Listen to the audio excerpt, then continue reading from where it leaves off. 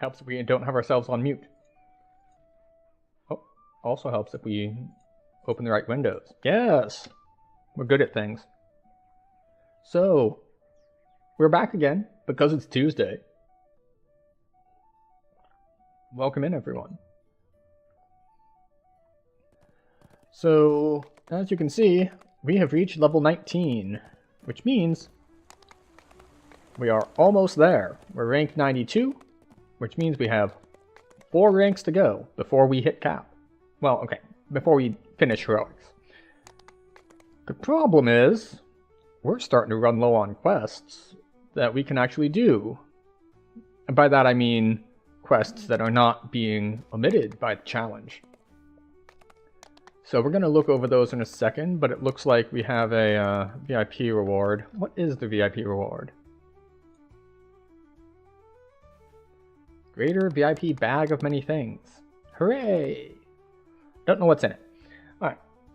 But it is time to look at possible things to run. So, what did we do last time? Well, last time, I know we ended in House Cannith, doing what used to be the pre-quests for the raids. And let's see, we did Demon's Den, we did some of the Coin Lord stuff, Finding the Path, and all that. We are skipping High Road and all that sort of thing, but we are up to the level 19 quests. And since I've done Stormhorns enough times in both Heroics and Epics, that is out. So we've got Shavrath stuff, like 2 different chains. We have the 12 chain and the Yugoloth chain. Got the Riddle, which is an Evening Star. And of course we have the Island for Dreaming Dark stuff. And is that it? Oh yeah, there's another Evening Star one. Mine's is on that Stormhorns. So we might end up in Shavrath, which is going to be, in a word, rough. But I believe we will be starting tonight on the island. On the island it is, yes. So we're going to head off to... I don't know what the name of the first quest is. But this is the Dreaming Dark chain that we're going to be headed to. Alright. You take me to...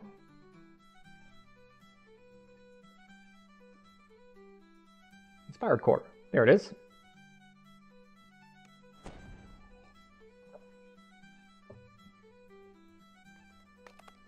And we already did the pre-quest before, so we don't have anything else to do on that side of things.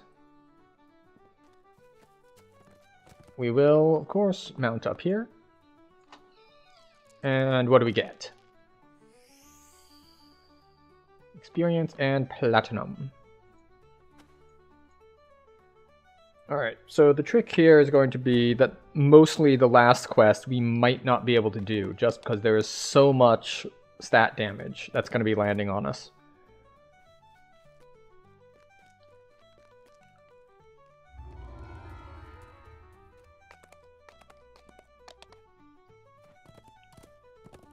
But you know what? I think we're actually going to do the solo quest out here. I think I've only done it once, ever. And I remember there being like an annoying jumping puzzle type thing. So we're going to go see if my memory is correct on that. But it should be interesting, we'll say. With any luck, these caverns lead to the giantess temple you saw. Where are my buttons?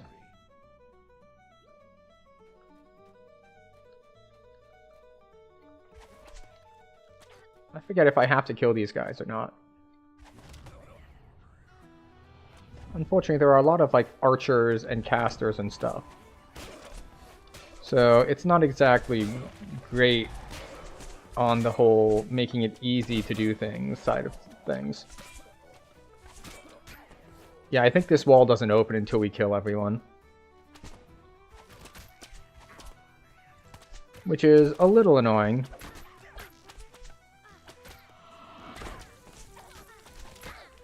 And this guy made his save, which is also annoying, but it's fine. We'll make do. Oh, there's another one. There we go. Yeah, it is one of the ones that you have to kill everyone.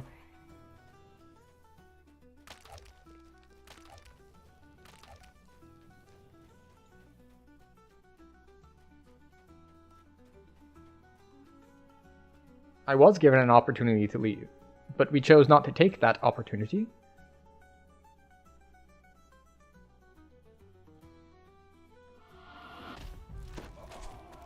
Now you get fingered to death.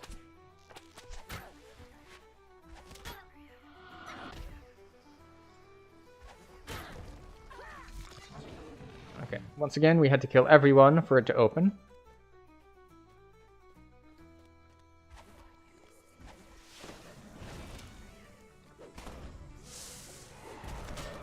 Oh, Plague Reapers are immune to that, of course. Oh, of course they are. And as I mentioned before, Reapers are extra difficult because... Oh, that was the wrong button. And why was it the wrong button? Well, because I tried to cast an instant death spell on a Hero's Soul Champion. And Hero's Soul Champions have death block. So you can't just cast instant spells on them that will kill them. They simply don't die like that. So...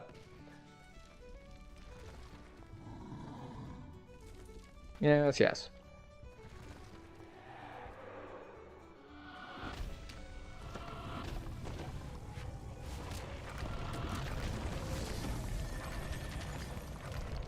Oh, I thought he attacked me along with them. Do his servants need to die first before he aggroes? Looks like the answer is yes.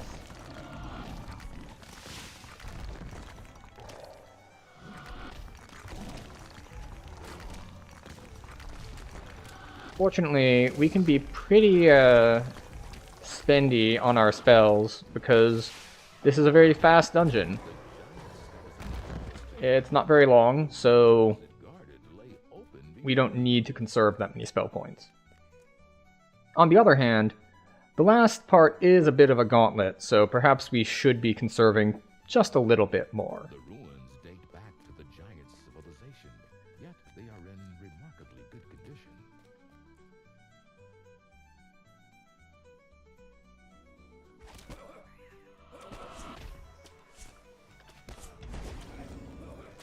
Famine Reaper.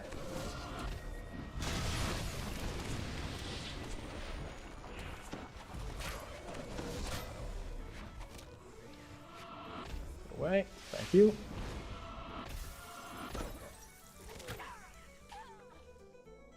And a War Priest.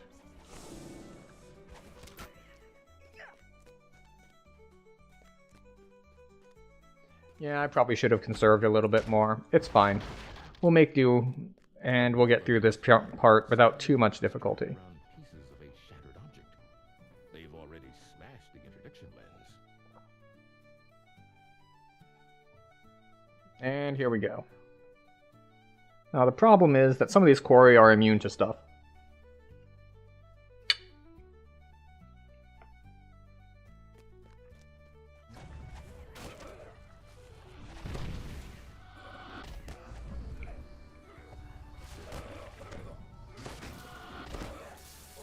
These guys, not so much. And now the big portal opens.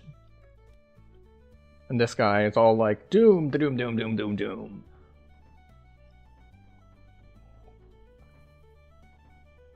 Oh yeah, see?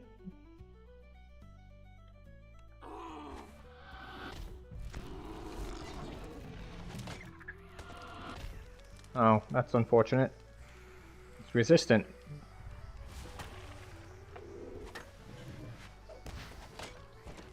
Oh. This guy's not actually resistant, he's immune. But we can strip immunity, so that's fine.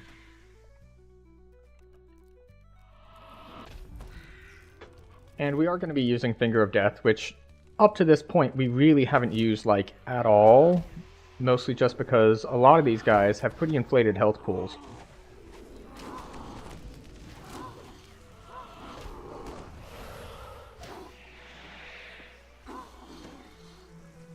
But Unfortunately, the souls are also... Wait, really?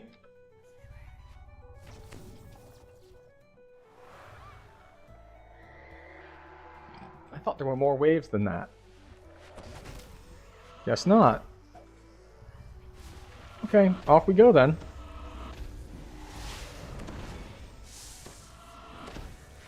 You mind? I like my charisma where it is. I would appreciate it if you would stop draining it. Huh. That was way faster than I remembered. It only had like 6 waves of 1 guy each. That's actually good XP. Unfortunately, in order to come here, you have to do at least 1 or 2 quests that are pretty bad XP, so.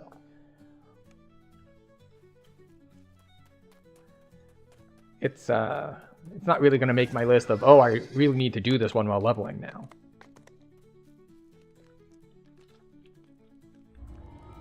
Alright, interdiction lens is smashed. Did I get the next one? I think I got the next one. Alright. It says quest advanced, so hopefully it actually did advance. Alright, I have not done this particular quest. Oh, I don't know.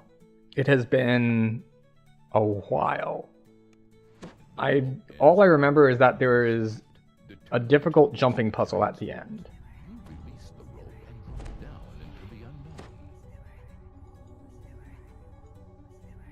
And even then, I'm not so sure that that is correct.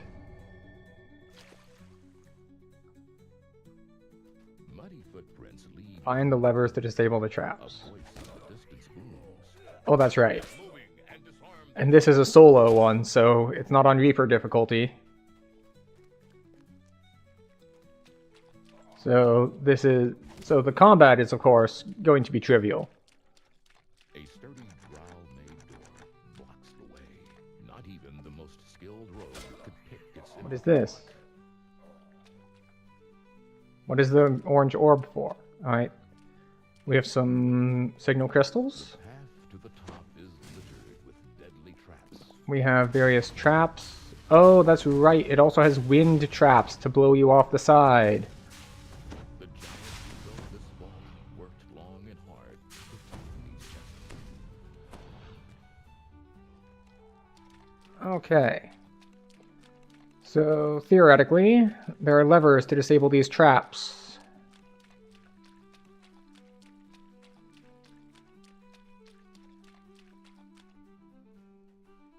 What's over here? That's not where I came in.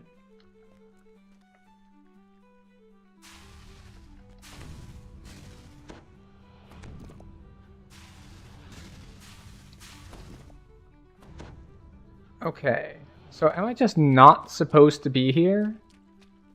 Am I supposed to take this route over this way and just skip that? Or am I doing this?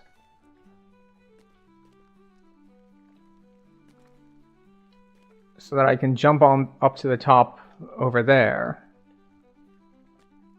Well, we're going to try this approach and see how it treats us.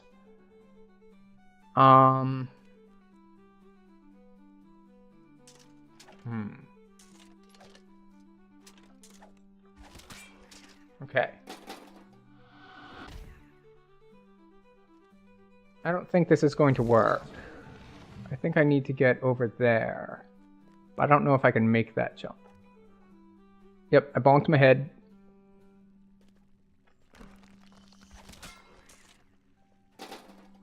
Can I jump on this? I cannot. I bounce off. Okay.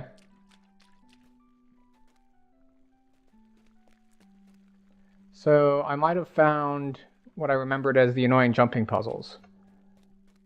I wonder if giving myself so much jump is going to be a hindrance, because that's the second time I've fallen because I bonked.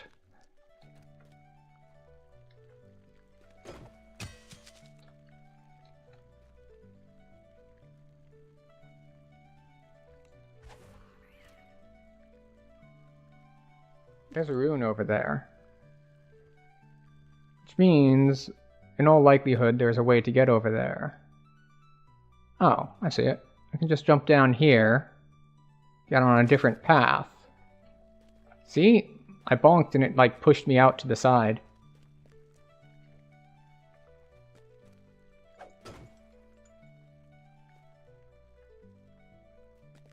Alright. There's a rune. What does it do? Does it disable some of that stuff? There's another rune over there. I'm gonna light the runes and see what it does.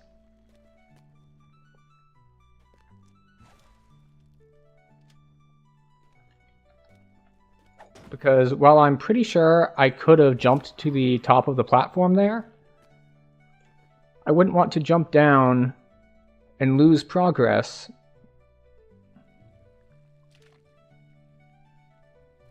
Only to find out it's like, oh, you needed to pull these things before you did that. It's like, oh. Alright, so we need to get back up somewhere. Alright. Alright, so we're going to go this way first this time. Stay a little bit further to the edge so we don't have that problem.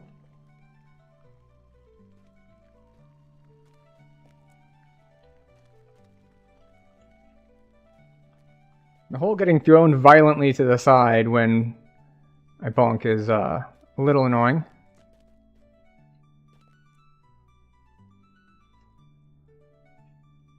Alright, I missed the jump. It's fine. It's fine. This is fine.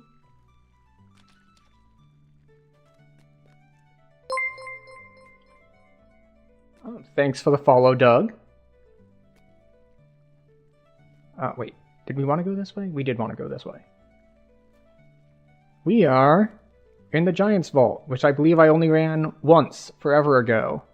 So I don't really know where I'm going. Wait, is that a... Alright, there's a rune over there, too.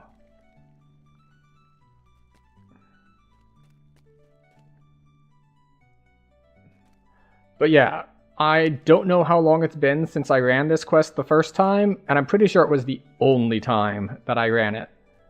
So, am I going to bonk?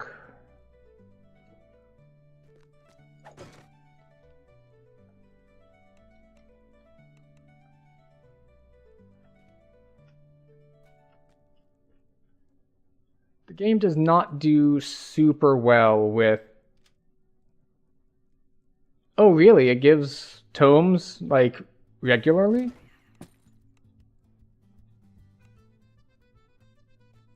Alright, how do I get over there from here? Alright, we'll just leap of faith it. I have Featherfall. We might make it. We do make it. Okay.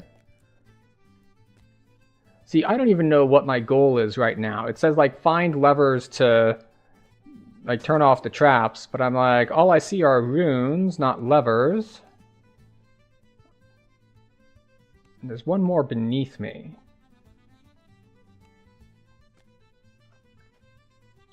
Oh, what's this? But 5 chests. Ah, I see. Oh. Of course, because it is solo, it is very easy to undo.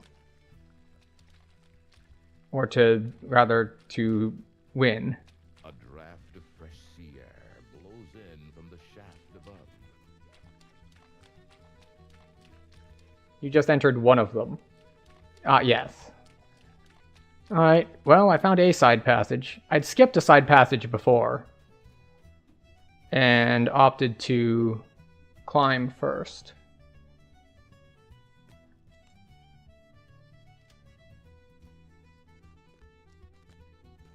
I don't know if I got all the runes or not, but... Go to this side passage now.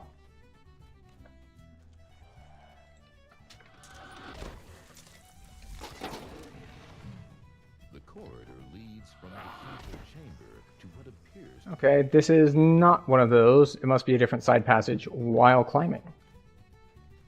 It appears to be on this side, just based on the thing.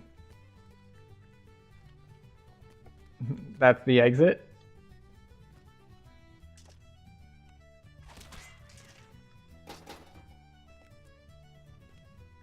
Alright, let's see what we can do here. See if we can manage to not get overconfident and fall off by doing something dumb.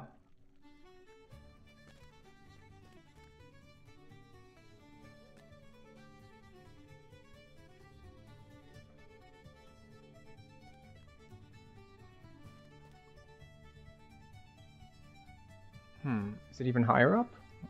Well, let's see if we can get a good vantage point to look at. To look for it, perhaps. That looks like it might be what we're looking for.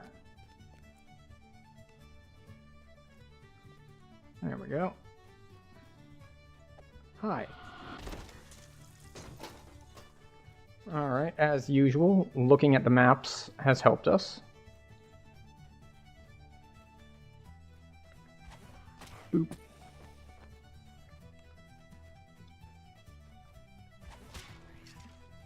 Yep. Metal clanks against stone somewhere nearby. Let's not do that. Let's go this way first. Yep. Yep, that's about what I expected. Because the other one seems like an escape route. Or another climbing route. Something glints at the bottom of the deep, still pool. Something glints? An iron key?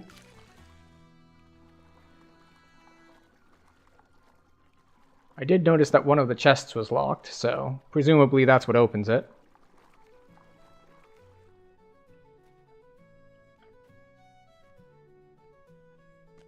Distant noises from up above echo in the shaft.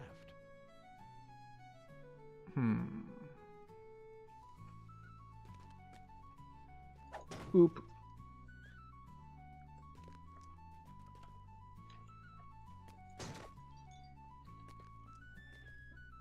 Alright, off we go.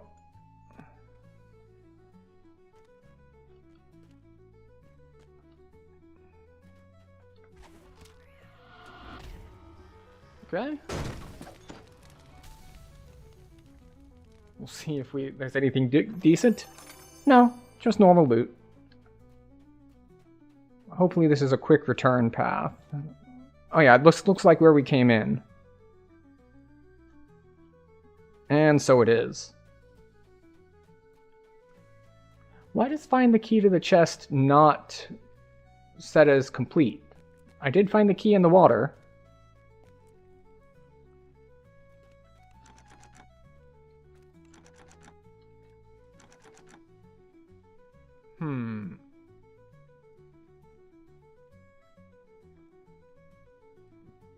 Well, I found 8. Oh. I wonder if the key in the water is to the door down here.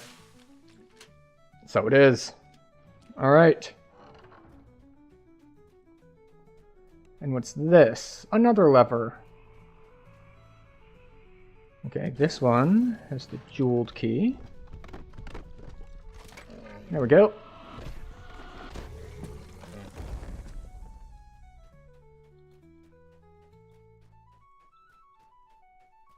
Oh, that was 9,000 XP from Monster Manual, I believe. I guess I don't have that many golems. Or that's a unique golem that I just hadn't done before, because, as I mentioned, I don't know how many years it's been since I've done this quest. Alright, we got an Essence of Torments.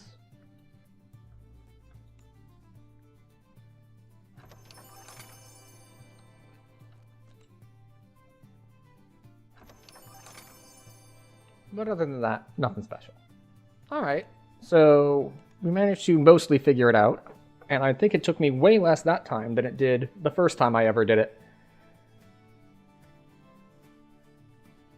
Alright. Now back to slightly higher difficulty quests that are not solo.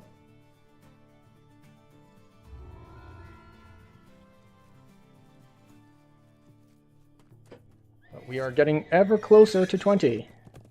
Looks like we might not have to go to Shavarath after all. Because I remember those quests being very unfriendly.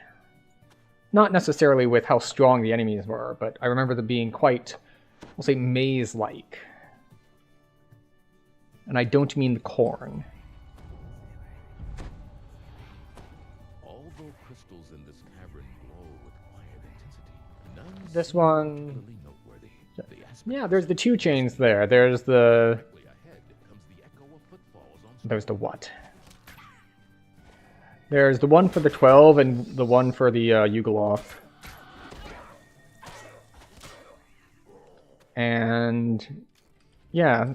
These wild men appear to be slaves. Forced Alright. Oh wow, that hurts a decent amount. thing could provoke them to I think we go this way first. if you could avoid killing the poor creatures.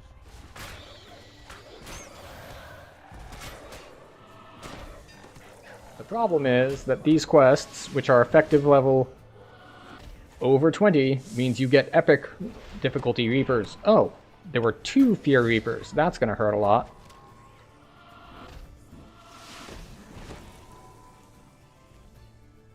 This is why the Reapers have so much health, because they are epic level.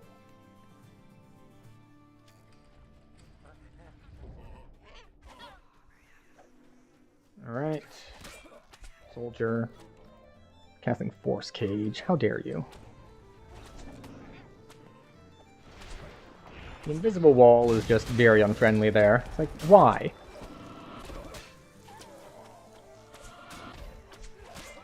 Why must you put an invisible wall here? Just because I opened the door. Oh, I did not know you could make that jump if you had enough jump.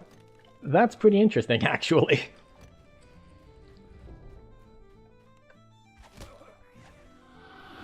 Oh, never mind, you have Deathwalk.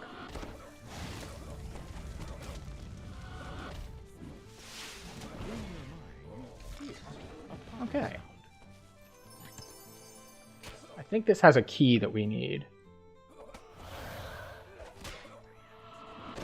Fortunately, I believe that this quest is relatively short, so we don't need to be too worried about mana, but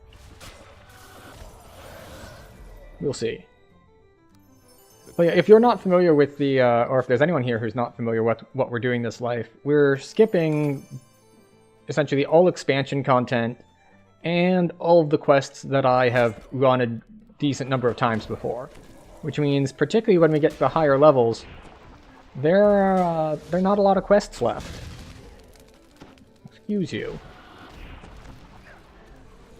So, in this case, this means around these levels, no High Road, no Stormhorns, no Vecna. Let's see, what else did we skip? At least in the in these levels.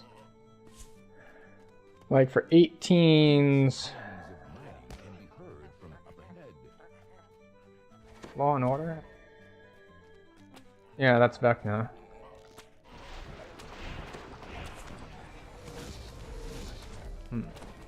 But yeah, there's a lot. Okay, we'll kill all you guys now because we're about to start off the actual like ending quest. Yeah, but that's part of the Vecna expansion, right? Or is that one of like the 3 that was added later? That had the what was it? Like, there's the one where you break all the stuff and it's a haunted house, and like those. Because I know there were the 3 in Vecna that were part of. I did do Reaver's Refuge, but not all of it. I didn't farm the rare spawns enough to get the gems. So I did the 3 pre-quests, but I didn't find the flagging items for the last quest. But yeah, if we want to go over what we've done, we did a lot of Delirium stuff. We did the first half of the Inspired Quarter. We did House Cannith. Oh, Fashion Madness. We haven't done Fashion Madness. We can do that. But yeah, like Fred's First Date, like this one as well. Like, I've only done that once. So we might do some of the lower Moorgrave.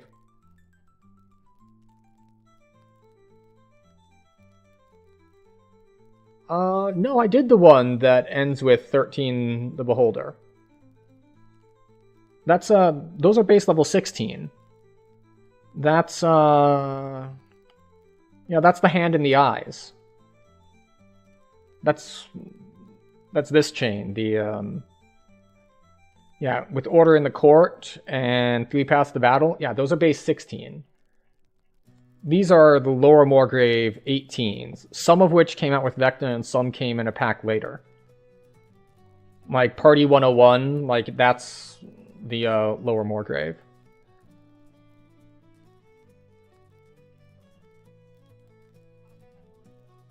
Law and Order's the favors for the Devils and Archons? Okay. But yeah, let's see, we did... Yeah, see, we did like Prey on the Hunter, so that's that. We actually did Sharn Docks, which I don't usually do. So we skipped Druids, because I've done Druids a lot. We skipped Wayloon, because I've done Wayloon a lot. We skipped Lords of Dustchain. We skipped Sharn. We skipped Cogs. I skipped Shroud Flaggers because I hate Shroud Flaggers. I don't do them. Like, these aren't ones that I happen to not do because there's better stuff. They're ones that I actively avoid. So I just skipped those. Really? There are, Reaper's Refuge is interesting because some stuff is a lot harder than others. But yeah, let's see. What else is here that we skipped that would normally do? This is just Sharn stuff that we skipped again. Oh, Age of Rage, we skipped that since we usually do that. All of Giant Hold. Skipped all of Giant Hold. Skipped Myth Draenor. Yeah. The inspired leader sees you and shouts, "Stop them before they destroy the control crystal." I'm just gonna break all of these and wait for guys to come down and fight us. I'm sure these control crystals used to... Excuse you. How many times must I say that I like my charisma how it is?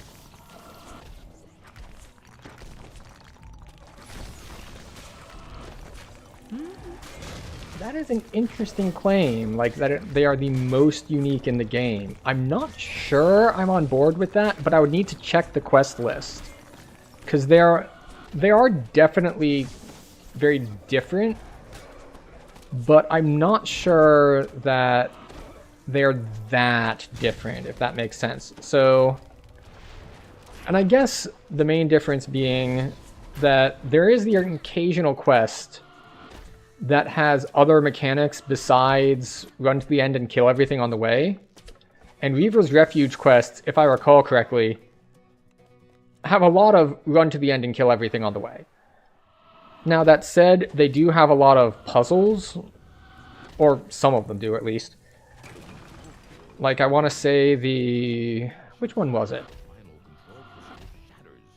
It's the Scorpion one. The Monastery of the Scorpion or whatnot. Like, that's got a lot of weird puzzles. And then there's the one with all the kobolds and the fire. That has the Knight's Move puzzle in it, which was tricky. And it gave me a ton of problems when I did it forever ago, mostly because I didn't know the nature of the puzzle. It just feels like you're teleporting and you don't know where or why. But because I looked it up on the wiki that time, I did remember that it's a get to every square on this chessboard moving like a knight. So, you know, forward 2 over 1, like that sort of move.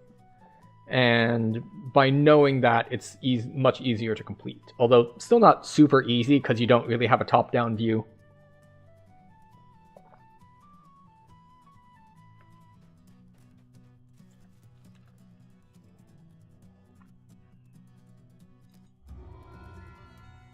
Okay, I think we have to go back to get the next quest.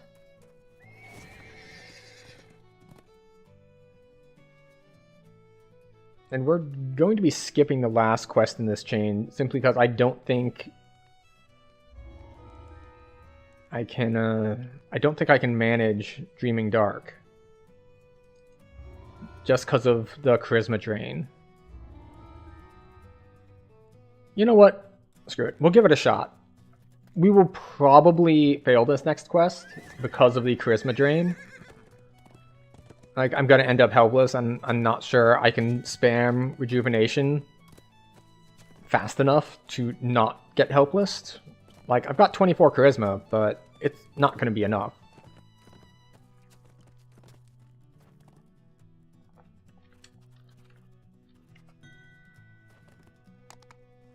So, let's see if we can manage this. Hello, let me in. Let me in. There we go. R1, base level 20.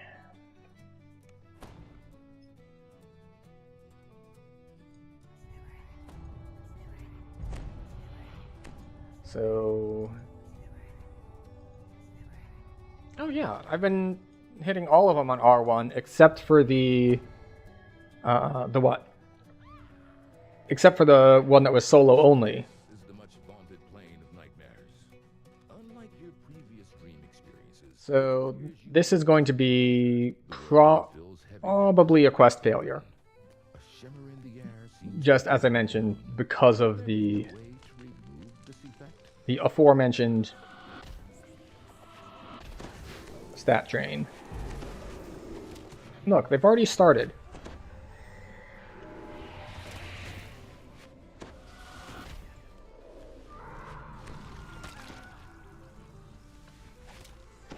The air itself There we go. seems to sigh Got our with light relief gravity. As the nearby Dreaming Dark are destroyed. I think I can make this. The shimmer Yeah. effect to the south has changed. Okay.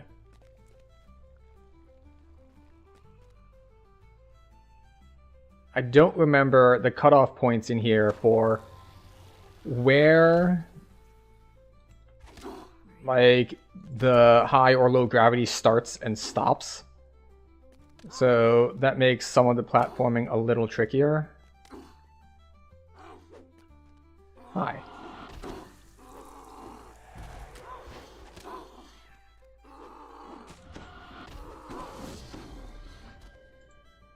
Oh, there you are. Oh, we gotta... Yeah.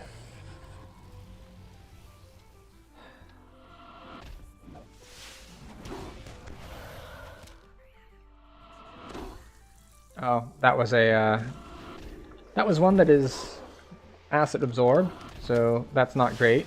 Shouldn't have done that.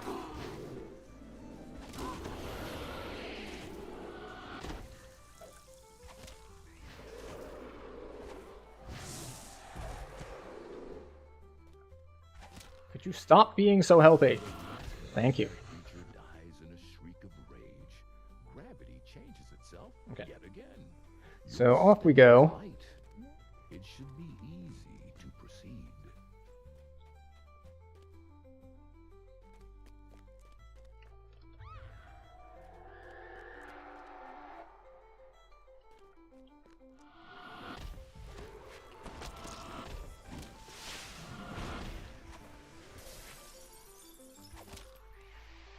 Alright, this is the one that absorbs acid, so we want to use only thorn spells.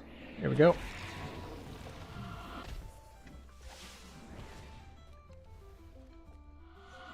Alright. You absorb fire, which is fine. We don't mind you absorbing fire.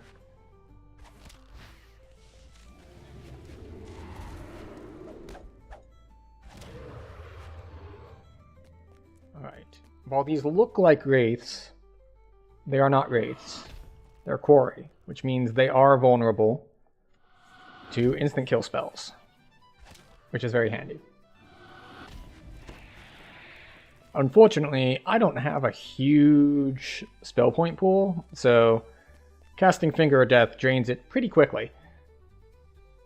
Because it's like 40 per enemy.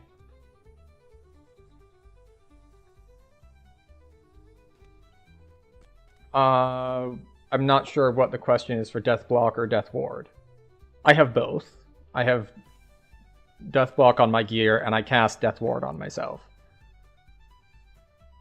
But the enemies don't have them. Like, because the wraiths here are actually like quarry, they're not actually wraiths. They're not undead at all.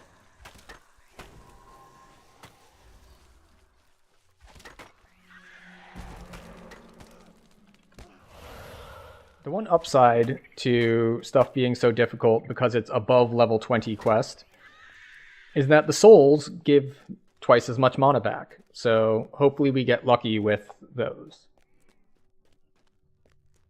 Alright, I'm going to try to spawn a bunch of spiders and then AoE them down. We'll see if they move.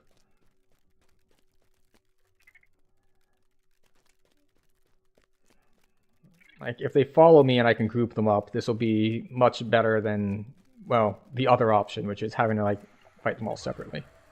Oh, good. They've all decided to group up for me.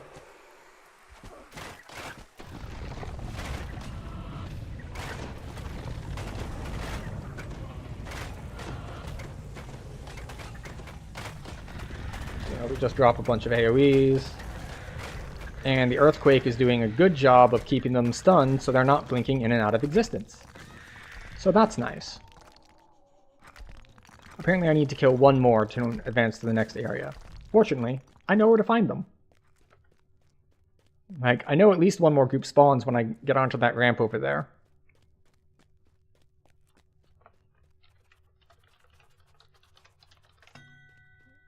You hear cackling Do, do, do, do, do, do, do. lurking in the trees, and then a barrier manifests to block your way ahead. Hello. Slaying the dream crawlers should disrupt the barrier. It seems that like Goodbye. dream crawlers cannot sustain their concentration after having their bodies pulverized. The barrier they erected. Why is the heavy gravity back? Okay, so this is the first time that we're going to run into probably stat drain problems. From the elevated rows in this amphitheater, what have you stumbled into? But we will find out.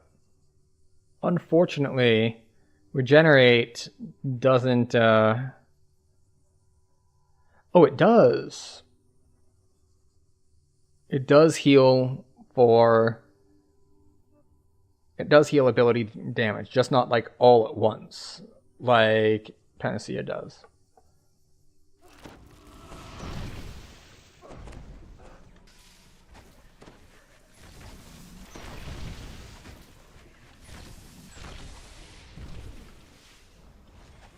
Man, you guys are annoying.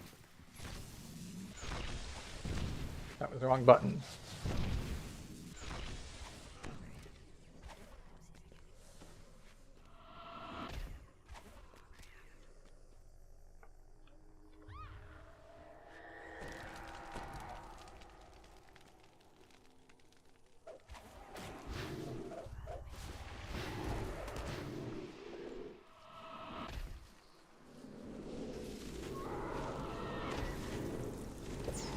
Would you mind dying a little faster, please?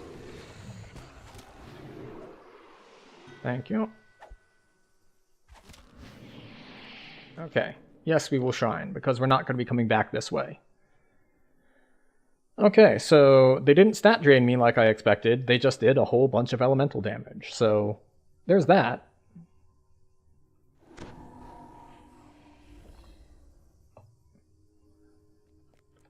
And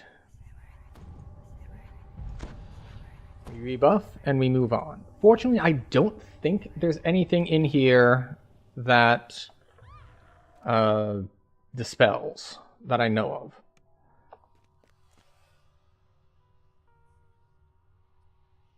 All right, we have an RP section. Voice booms in your head. You are the one who has alarmed my minions, so pathetic.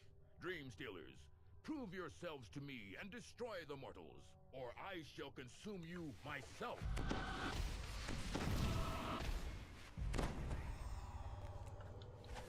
There we go. We just got hit with probably 20-ish level drain, 20-ish stam drain. Or charisma drain, rather.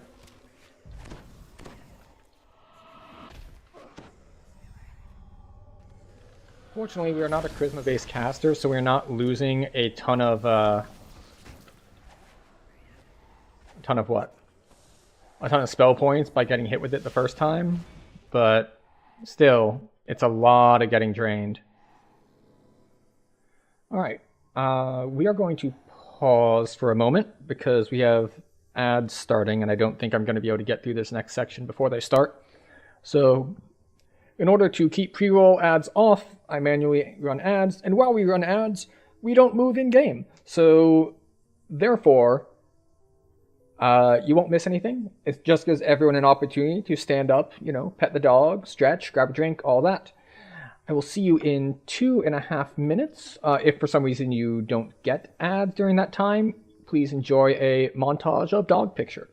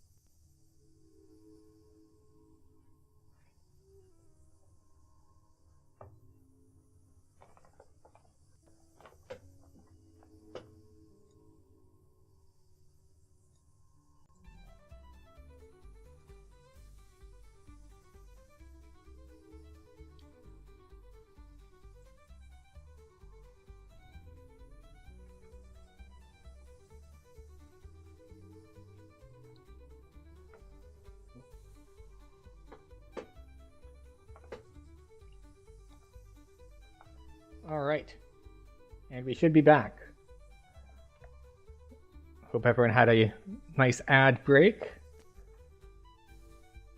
I refilled my drink, got up to stand up, you know, stretch the legs a little bit. Just a good time all around.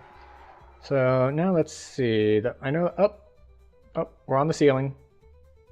Now obviously you can prevent being on the ceiling and thus prevent the fall damage if when it reverses you're standing under something. But I never remembered if there was like some sort of indicator or anything, or you just had to occasionally stop to stand under something and like guess at it.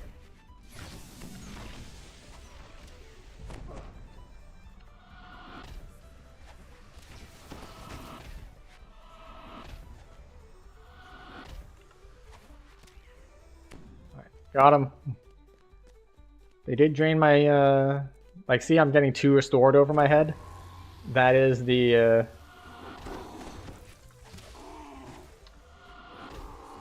that's the thing with the stuff. That is charisma being restored. So I do have one over time, which might save me. Alright. It's boss fight time. And this boss is a mess. An absolute mess. You got things chasing you around. You've got constant drains happening on you. Yeah. We'll see what we can do. But it is a pretty tricky fight, from what I recall.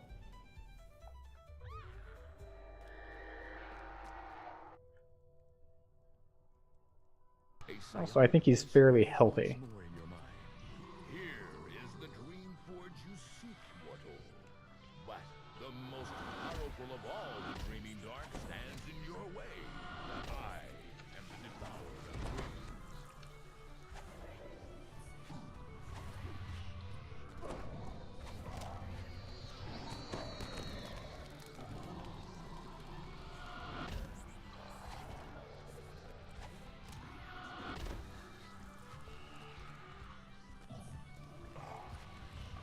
Is he vulnerable to anything? How about light? Are you vulnerable to light? Well, you walked out of it, so... don't know.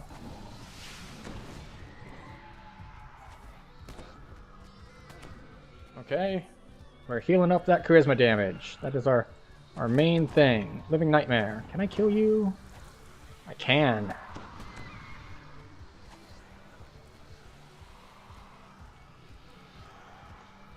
Wow. Minus 16 charisma. Okay, alright. Yeah, got it. Got it. Go away, Living Nightmare.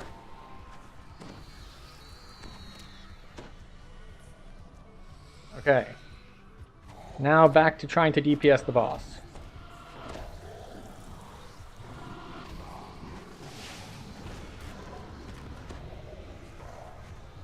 And we get stunned.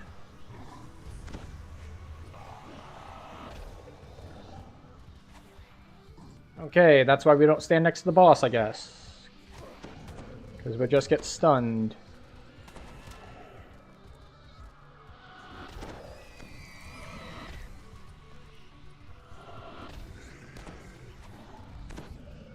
We are very low on a variety of things. But we're at like half spell points, and he is not at half health.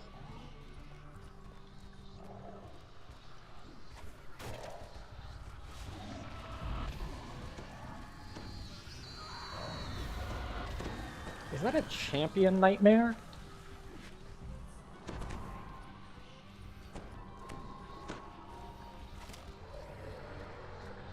What do you mean I'm not facing it? It's right there. It's being faced. Alright, and it's being too cold. Lovely. Cast the spell, thank you.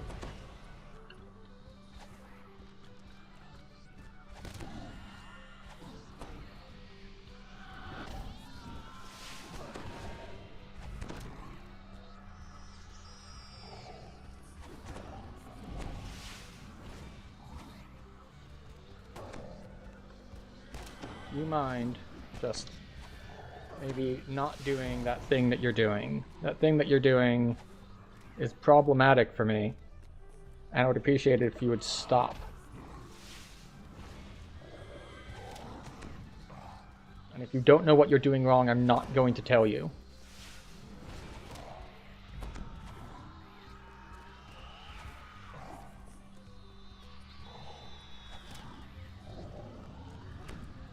Alright, so we're at like, gone down to half health, and we're down to about a third mana.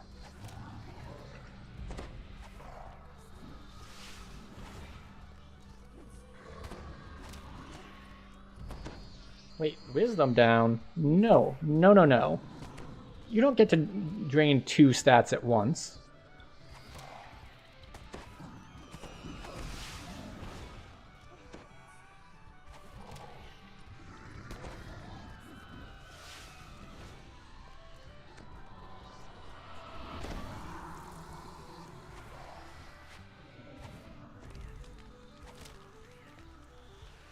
Leave me alone! What does the Nightmare Aura do, anyway? Prevents healing. Right. Got it.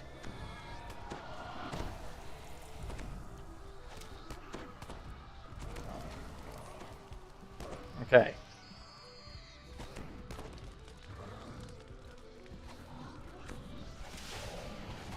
Alright, we are getting low on spell points. And the main problem with that is spell points are what we use to get our stats back when we get drained. Like, if it were just a damage thing, it wouldn't be a problem.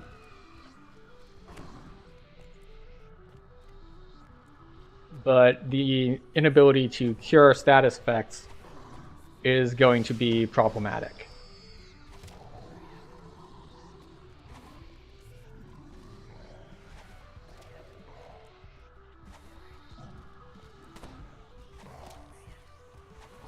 Getting closer, though. We're doing things.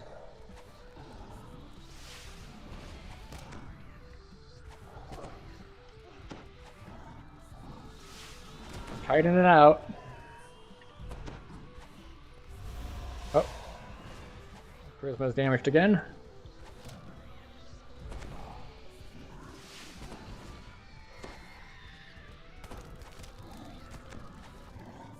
Alright. It only cost us almost all of our spell points and eating constant drain, but okay, so it worked. Somehow. A wave of blinding light. Outside, the nightmares wailed in despair as the connection between this plane and Eberron is wrenched apart. Your home is now safe from the dreaming dark. And nothing from the box. Of course, then we have the crafting thing here. We could combine essences, except we apparently don't have essences of torments.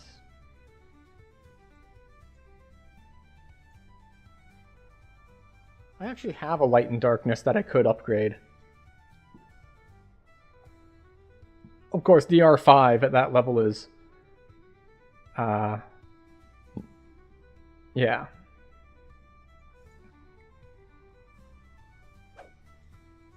Terror, Dream Edge, all sorts of things. Transmute essences. I don't have enough essences for that to really be a thing. Combination of dreams. Next page.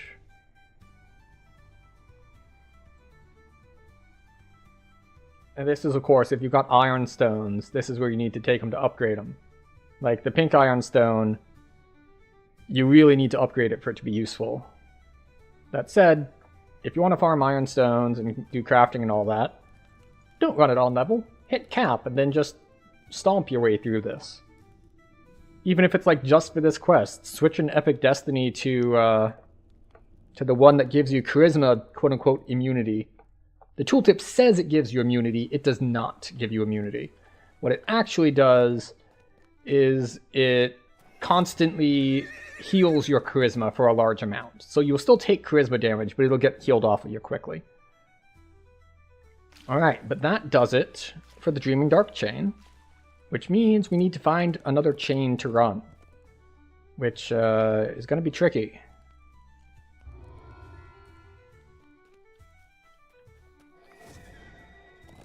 Alright. So, no, like, we could go to Shavrath. There's a lot to do in Shavrath. There's more than enough to get me there. I've got the 2 in Evening Star that we could do, Murder by Night and the Riddle. And then, let's see. Oh, that's...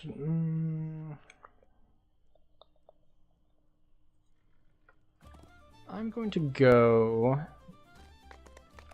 to that new pack. The one that was released after Vecna that had like the 3 quests in it. I forget what the 3 quests were. I actually don't know what level they were either, but I'm about to go find out. So, specifically I'm thinking of like the Haunted House one, because I've only ever done that quest like once anyway, so I think it counts for quests that I have rarely done. Much like we did the recently released like Rat Pack, like the Rats of Shadow or whatever it is. Night's March? Night's Army? Army of Darkness? The new one in Wayloon. Alright. Refresh guild buffs. Take me to Clifftop in Sharn.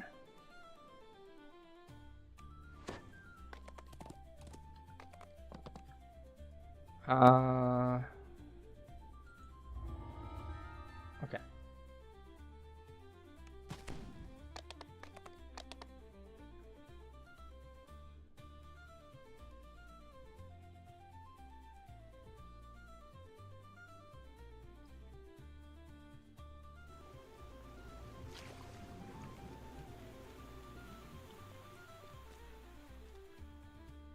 Alright, so yeah, this one.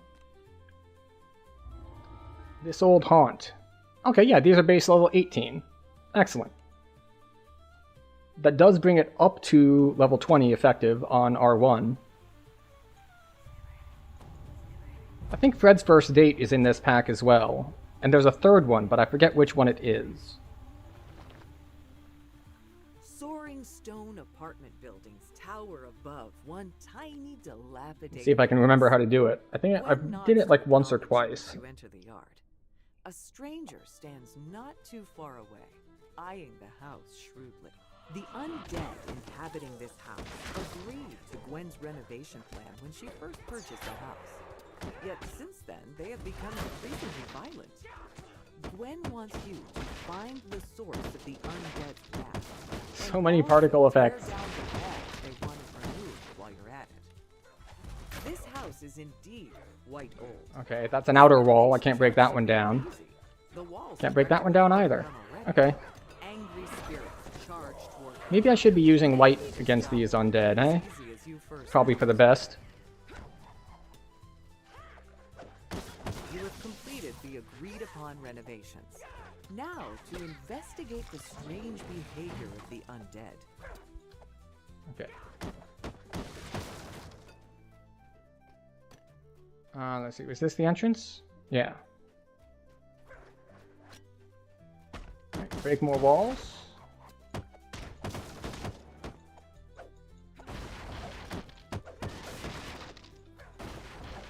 Just keep breaking stuff. Keep breaking stuff. Alright, more broken stuff.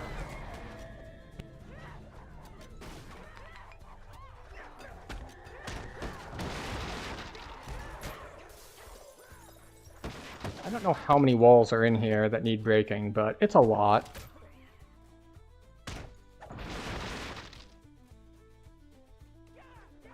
You tug on the door with all your might, but Oh, that's to no right. avail. You need to actually kill these in order for the door to open. You want to see the basement? You'll have to find me first. Ah, yes. There's a hide-and-go-seek thing. I think I have to look for, like, moving furniture in order to do the hide-and-seek thing.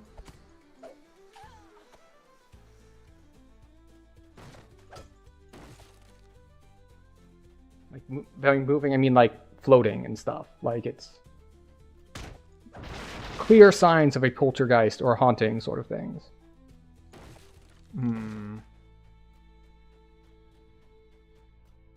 Where have you gone? Let's check behind these walls that we can destroy. You realize just how good you are at demolition. Maybe that should be your plan for when you retire. Hey. However, this does not help me with the whole finding the person thing. Ah, right. You can go to the attic before that. So I think the first one is hiding in the attic, maybe? Possibly? You notice a translucent figure nearby. He clearly sees you, but doesn't move to attack as the other inhabitants of the house have.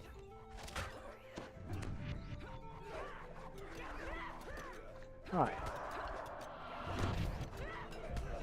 I got stunned out of my cast. That is very impolite.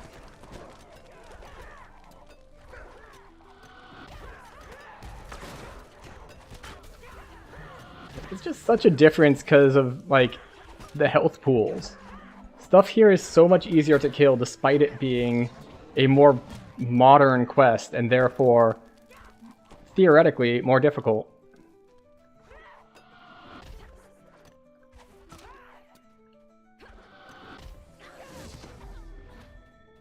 Hi. Gaspar explains that his undead housemates have become agitated because of something dark down in the basement. He's not keen on fighting, so he asks you to See, check it yeah, out. floating box. So now we need to go downstairs and find the other furniture or stuff that's floating around or looking otherwise suspicious. Let's see, any suspicious furniture in here?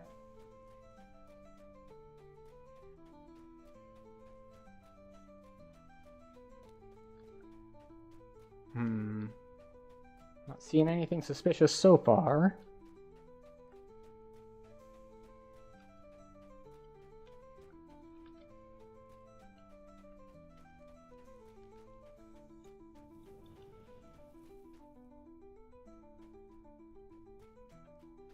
Oh, there it is.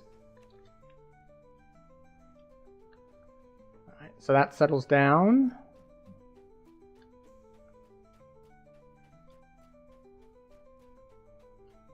Alright, anything else floating around over here? I like ran into it before I saw it. I'll let you into the basement, the apparition concedes. But be careful down there. It's really scary. Alright.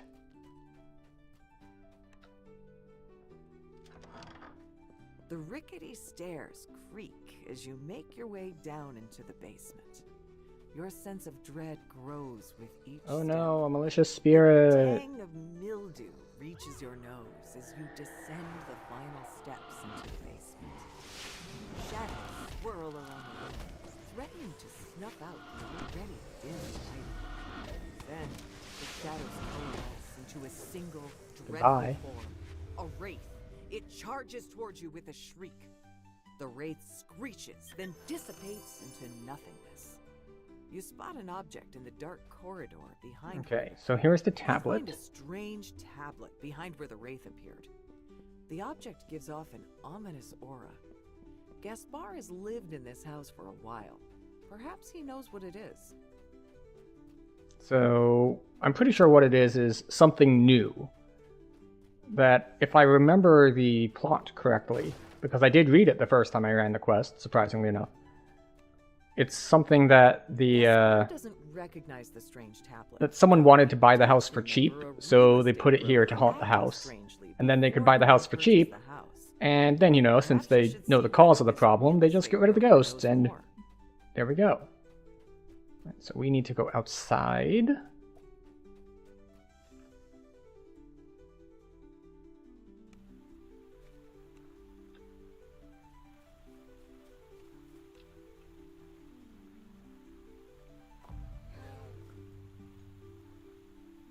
The shady real estate broker proved to be even shadier than expected.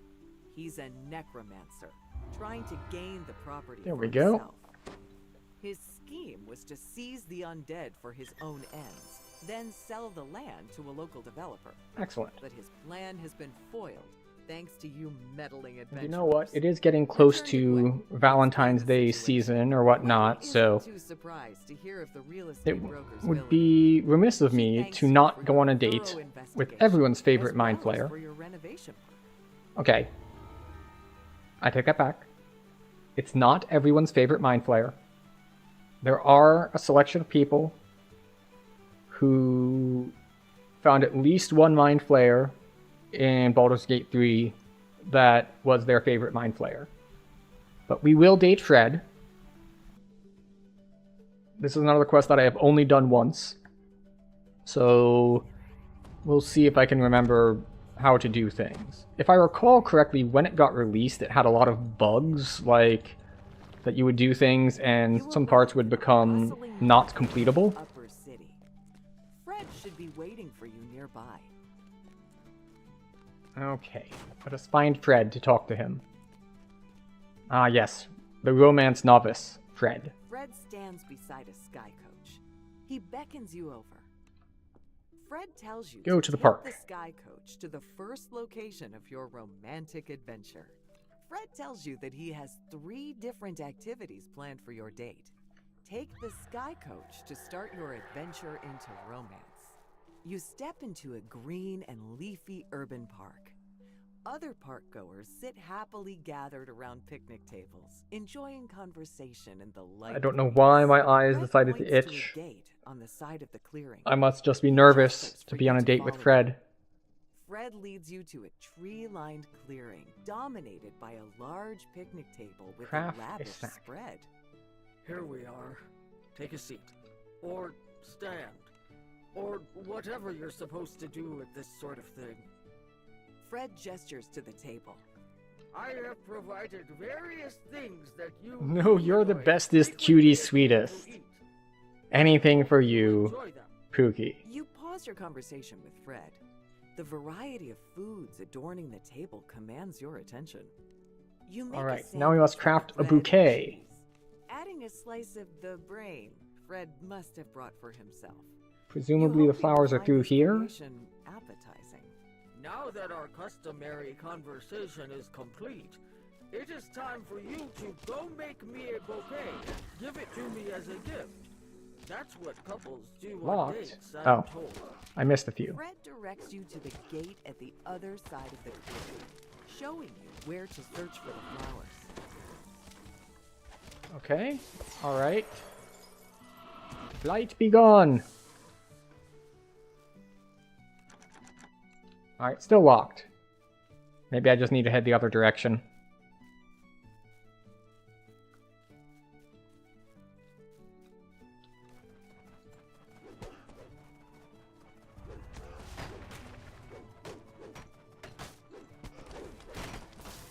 There's something kind of weird about using, like, vines to kill blights. It's like, I have turned your own spells against you.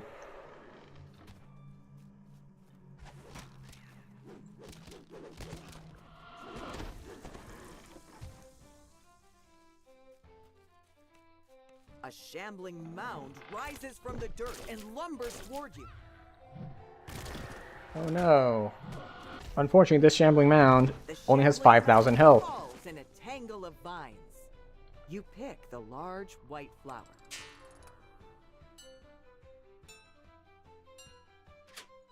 One, two, three. 1, 2, 2, 1. You hear the sound of a door Only opening 2. somewhere nearby. Okay. Usually those puzzles have to go 3 rounds, but, you know, we'll take what we can get. And this is probably going to open that locked door, since the DM voiceover said that a door opened, so presumably it's this one over here. And we have 1 flower, which means this will give us flower number 2. A group of water elementals rests in this quiet clearing.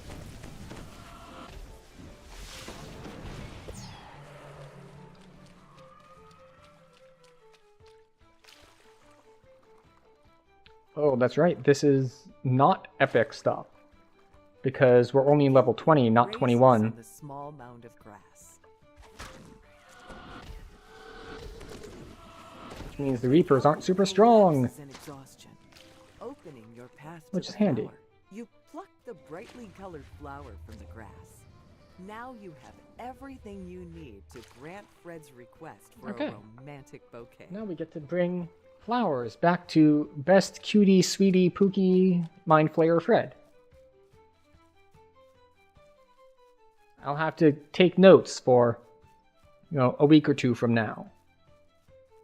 And how to woo a mind flayer. Crafting table.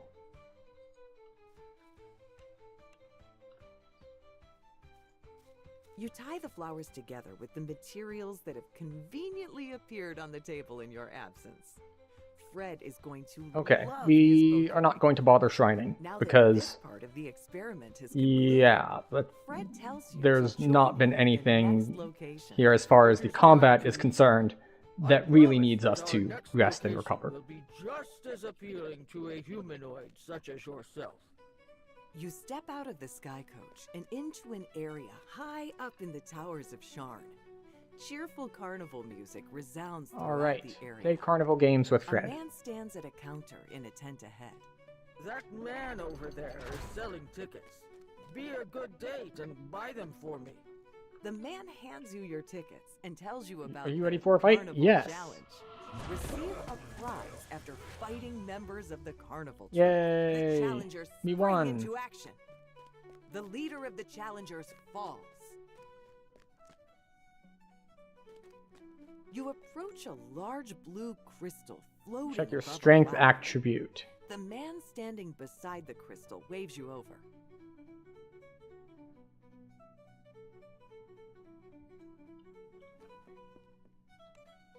The crystal dims, signifying your loss.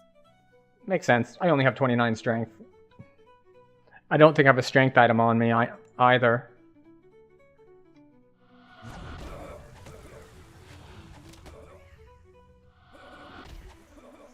The leader of the challengers Yay. falls.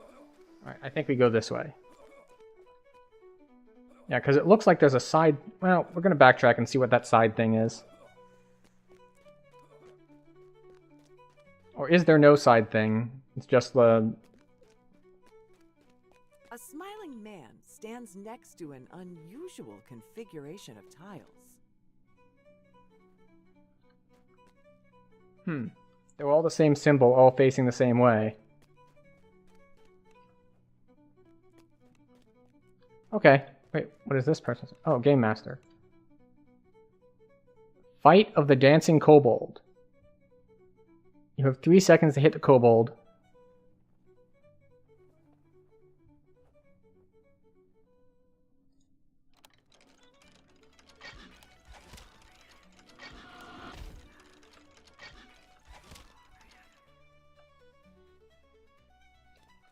That was not 3 seconds. The kobold flinches beneath your successful strike, then disappears.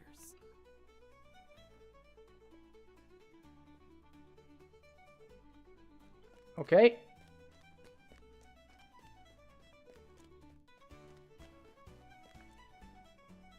So we've beaten 2 sets of challengers, and we've done 2 games.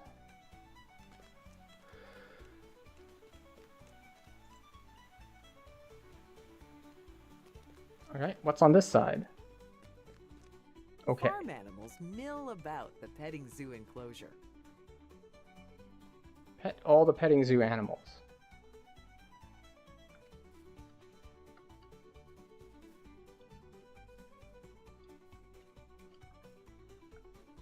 You pet each of the animals. It is a petting zoo, after all. You note with satisfaction. You must pet all the citizens, played too. all the games present at the carnival. You hope Fred had a good time tagging along. Okay.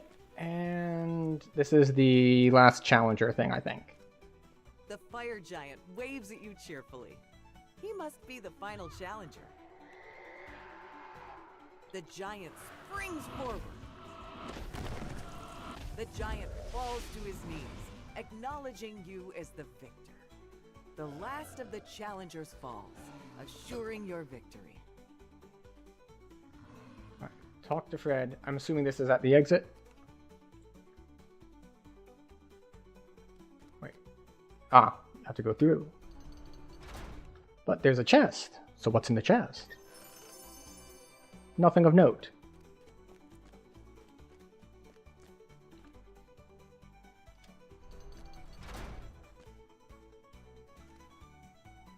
Come on, Fred. Do I need to carry you? Do I need to princess carry you, Fred? Oh, baby Pookie Fred. You reach the carnival's exit. Fred asks you to take the Sky Coach to the middle city. Alright, He'll meet and I you think there. this is when we get to go to dinner? Fred tells you that the next date location is in the middle city. He says that he'll meet you there. You enter a dingy corridor in a less glamorous part of Sharn. Why would Fred want to visit a place like this? Well, we're gonna find out, aren't we? See, that door doesn't open. This door opens. You enter an open courtyard. Fred stands by a door nestled into one of the buildings. Enter the restaurant. The entrance to your next date. What are you waiting for? Romance awaits. Your table is in that room on the Nods left. toward the door. You enter into a surprisingly polished restaurant. The main dining room of this lively place is filled with other patrons.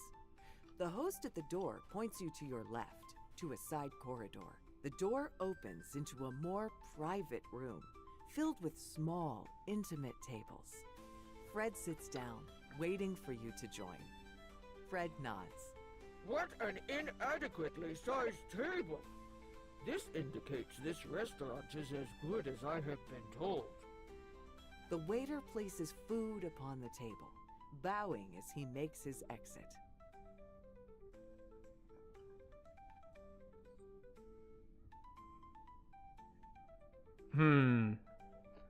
Playing all the carnival games.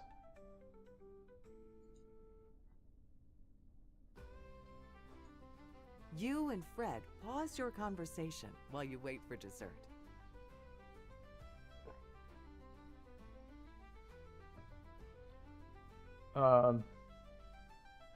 Should I be doing something? Ah, no, we're just waiting for the waiter. The waiter clears what's left of your entree from your plate and replaces it with your next course. You and Fred had a lovely time on your date. You and Fred go over the events of the day, discussing which activities Leave the were restaurant. most Okay. successful I- in the mind I was flayers worried of for the a second there because I ate the pie before talking to him, and I was like, wait, is that how you bug it? You didn't say to eat the pie yet, and I ate the pie. You exit the restaurant. To your surprise, a warforged and a band of adventurers stand before you. They don't look happy. Hold on there, Fred. I finally caught up to you. The warforged glowers at the mind flayer. I got your note. Headed off for a date. Be back tonight? Seriously? Did you really think that just telling me about it would make it all right? The mysterious stranger laughs. Alright, we I put up always knew you were effects. clueless, but this takes it too far. The warforged's fingers flex. Maybe once I drill some sense into you, you'll think twice about doing this again. Before you can ask any questions, the warforged... Alright, we're just going to cast all of these spells for no apparent reason, because it's entirely unnecessary. breaks off. Note the difference in difficulty on the final bosses. Fine.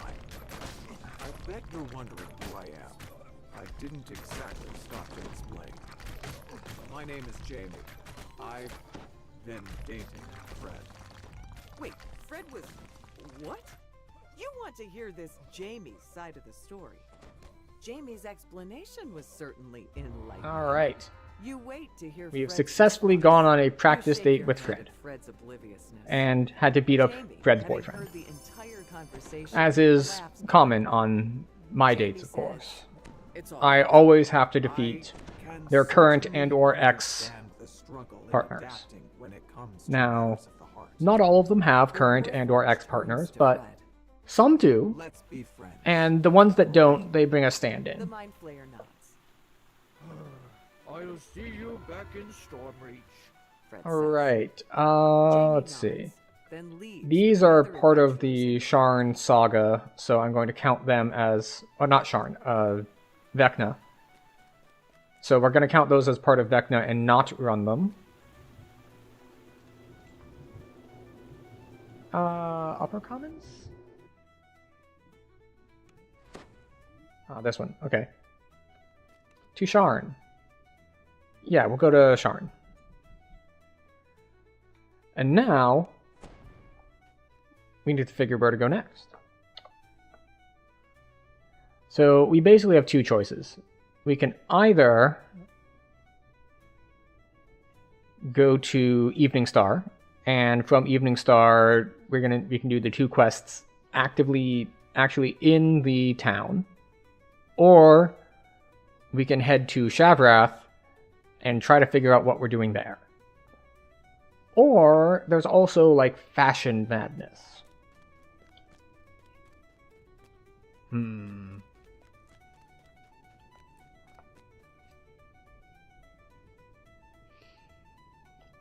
Decisions. Let's try...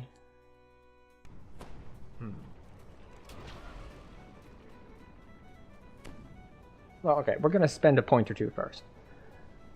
Where do we want our extra points? I think we just dumped a bunch into, like, Wisdom before. We have 2 points remaining.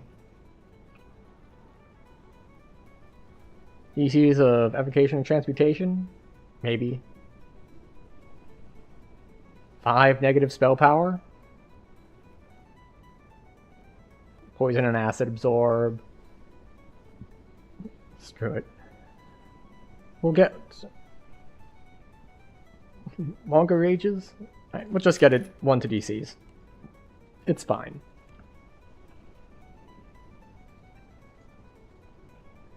Alright. Shavrath it is. We probably won't need to do too many of these because, well, there aren't that many to be done.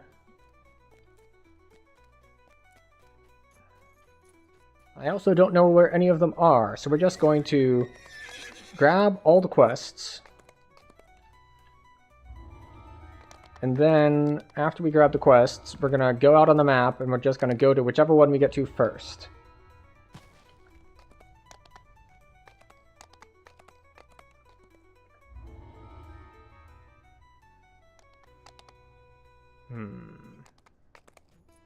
And then we're going to go down below. Wait, no, not that below. This below. I believe the quests are in here? Or is only like one of them in here? None of them are in here. Okay.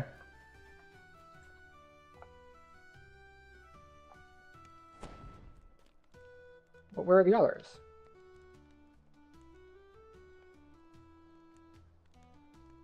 That's Archons. So we go there and then we keep going to over there. Okay. Hopefully I'm not going to get screwed over by it's like, oh yes, it looks like they're there, but they're actually beneath that. Oh, maybe the cave is where the other quest is.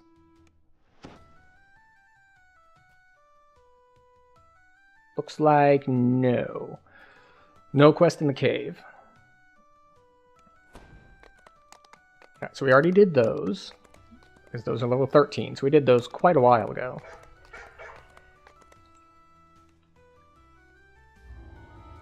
A weapons shipment. I remember weapons shipment having a difficult final battle. Oh, a different cave.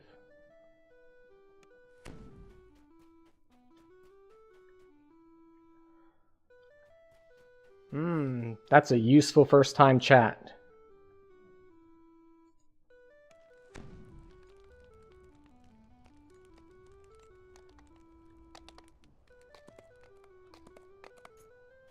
Alright, now that we got rid of the spam bot, what else is there to do? Do we have other... I don't see any other quest givers, so we're going to go to the portal up here and see what we can see about getting these started. So, we're not super close to ads, but I don't think we have enough time to get to the quest and rerun it. So I'm going to run ads a little early this time. I'll be back in 2.5 minutes to start this chain, which should be the last chain of this life, because we only need 1 1/4 ranks. So I'll see you in 2.5 minutes. As usual, please enjoy the dog montage and or stretch your legs, etc.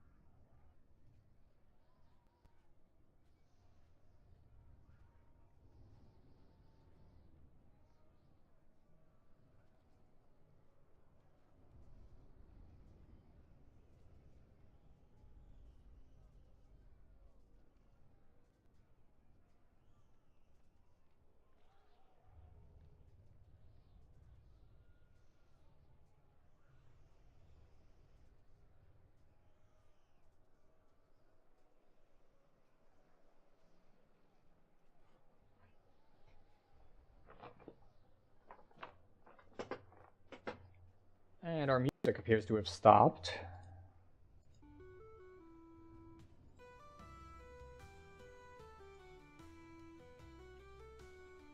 So let's fix that.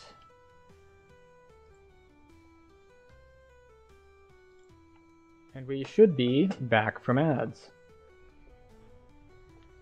And ready to head out to the Devil Battlefield.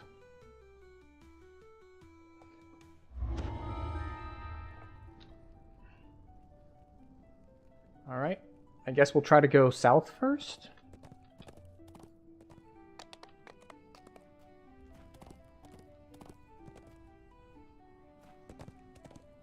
This jutting ridge of stone is the Devil's Spine. It runs along a deep chasm, forming a natural shield against Archon attack from the south. Okay. Can I ride this to get to the other side?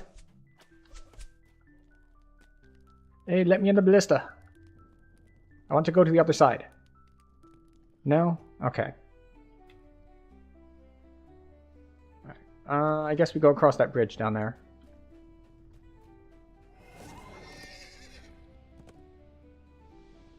There we go.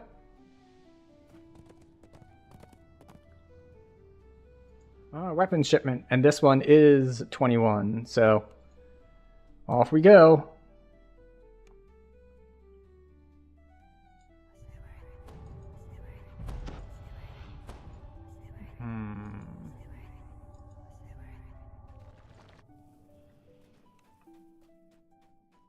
Alright. Oh, this is an escort quest? Ooh. I forgot about that.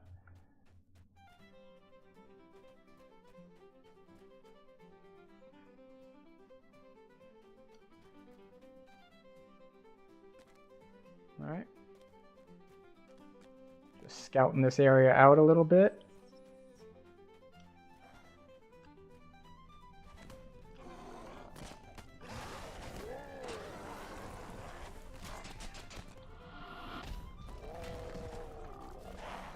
Okay. Fortunately, these things are not immune to acid.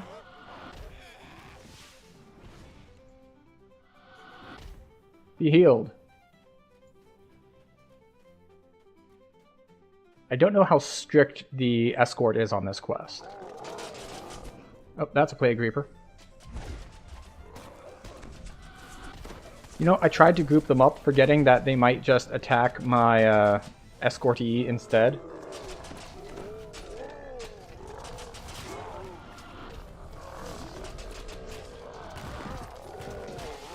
So we need to be a little bit more mindful of that in the future. She looks like she's relatively durable, though. Or maybe this is one that, like, it's an escort, but it's not an escort. Like, she can't actually die. But for the time being, I'm going to operate under the assumption that she absolutely can die.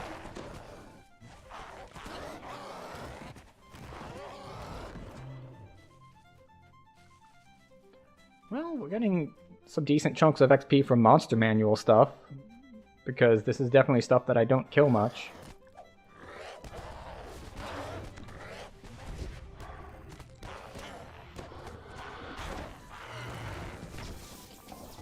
How are we on health?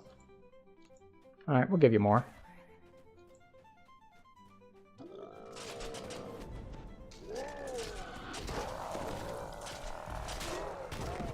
We are using a lot of spell points because we're being, let's say, aggressive with it. That said, stuff here doesn't have that much stuff.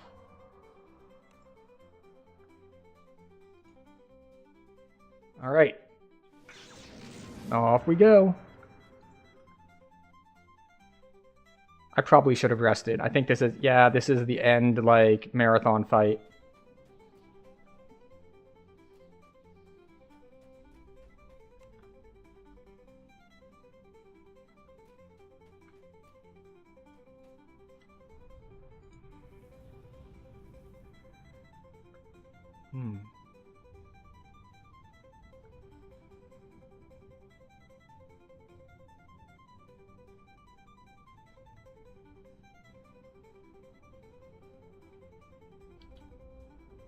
Ha. No.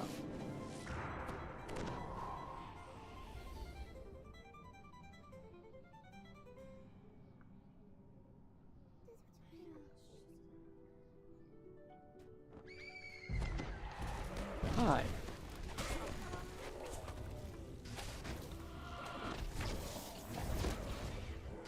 Fortunately, these have been power crept a bit.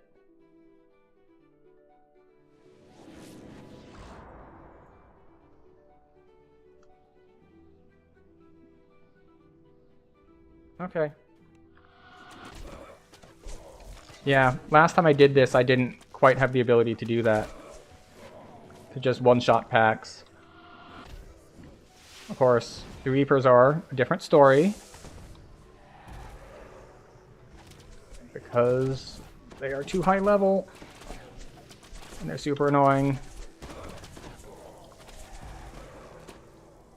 Fortunately, being able to kill these other guys is helpful in that regard as well. If you could, like, stop sending me just bowmen, I would appreciate it. Like, if you could send me guys who would, like, just, like, attack me and group up.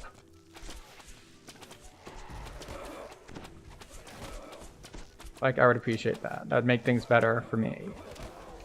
Of course, the game doesn't always decide to do what I would like it to do. But it's fine. We will make do.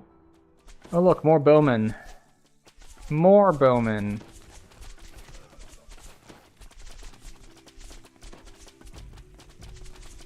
The question is this a quest where stuff spawns on a timer or after you kill it?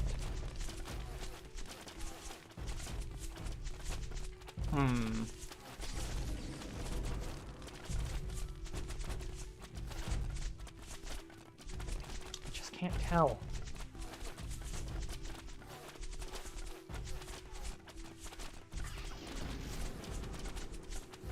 It looks like it's one that's based on when you kill stuff, not on a timer, because I think I would have gotten another wave by now.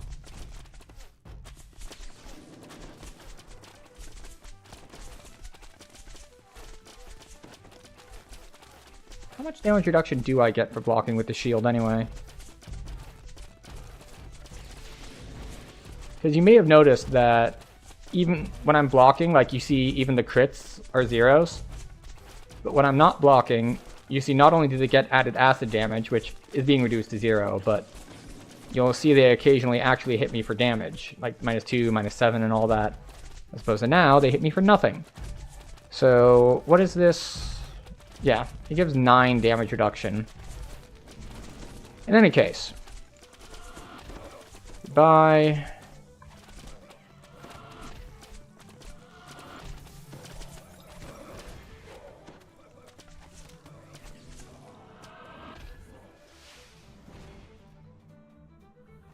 Okay.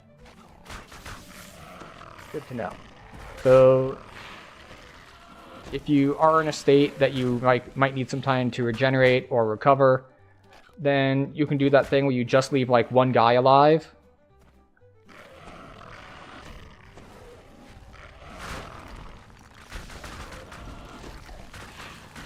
Now, we don't need that because we are overpowered at this point. But if you came in here on like a first lifer or something that didn't have strong AoE, sorry, or anything like that, then it's good to know that stuff isn't coming in on a strict timer. Excuse me, Plague Reaper. Could you, like, just not hit me for, like, all of my health? Thank you. Alright, more infantrymen. I do love Acid Well. It's very nice.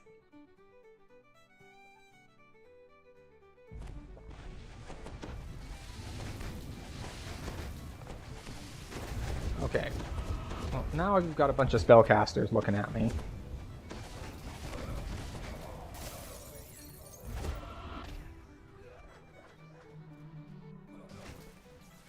Oh, interesting.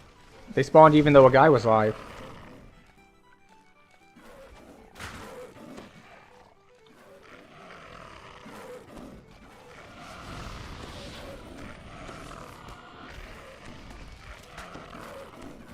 So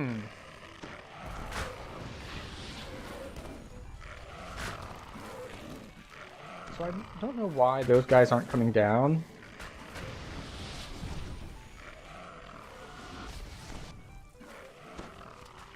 But we can try to pick them off at range.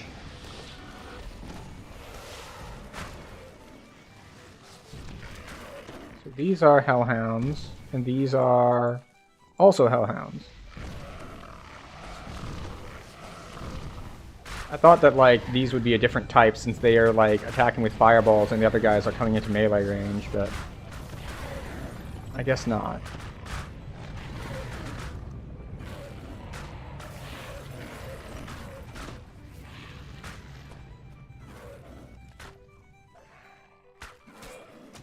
Okay, so now we get mixed combat units.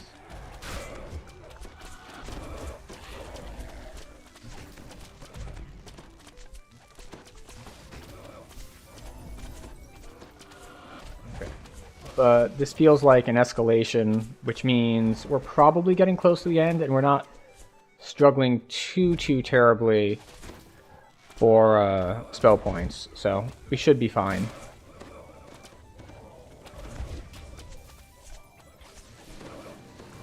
Okay. I was trying to kite them so that they came over this hill and grouped up, but it looks like I ran too far, and when I ran too far, they went after the person who's supposed to be holding the portal for me. So, just gotta not let them do that. Alright, please aggro me.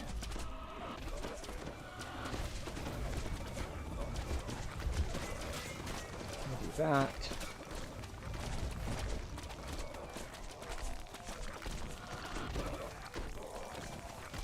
Okay. When is the next wave? Oh, there it is. Okay, let's just make sure we have aggro on these over here as well. Is that all of them?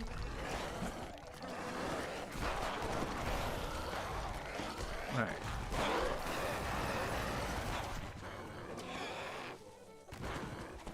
Oop.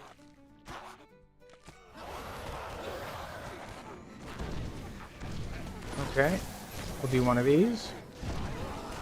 We do want to make sure that they all come in. Okay.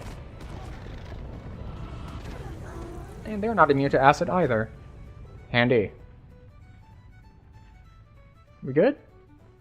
Oh, no. More succubus consorts.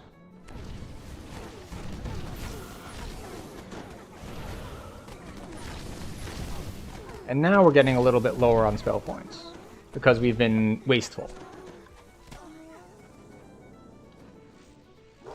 Orthons. Orthons are a little bit healthier.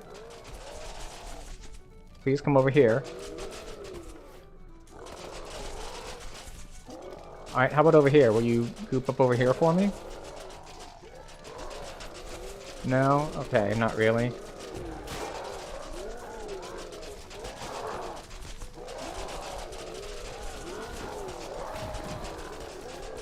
Okay. We're just gonna use some more SOAs here. Oh, and now we have combined arms of the Devil factions.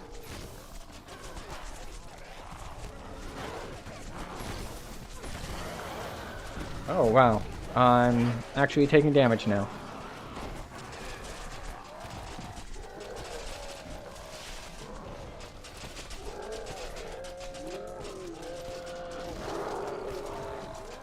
Okay. Oh, we got 2 soul drops here? There we go. So much for having mana problems.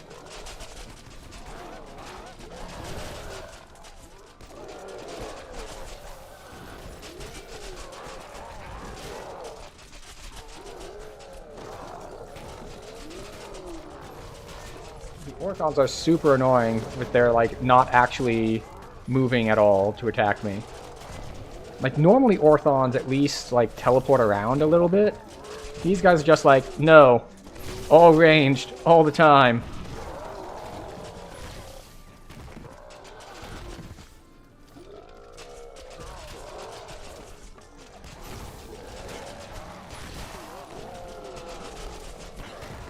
Excellent, another soul.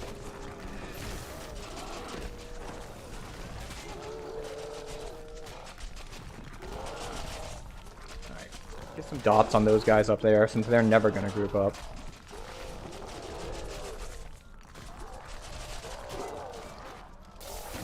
Alright, so, yeah. I was right to remember this as hard for the level. Because we are kind of overpowered. And you have to remember that when this content came out, there were no epics. There were no epic past lives that give me a bunch of the defenses.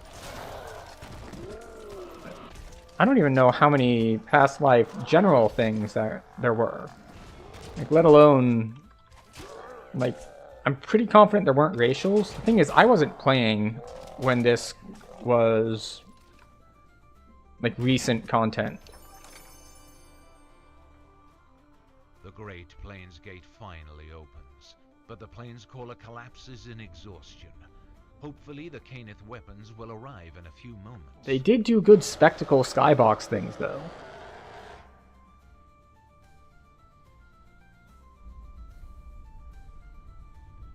Ooh, a Titan.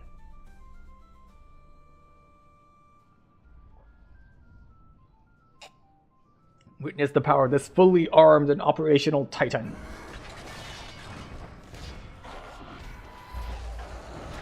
Okay. How much health does he have anyway? A lot.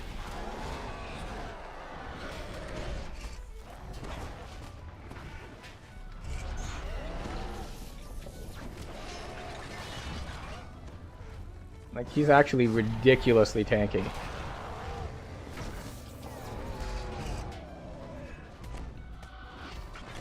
Like, you just see, I hit him for like 3k, and it's just like, nah. Not too bothered by it.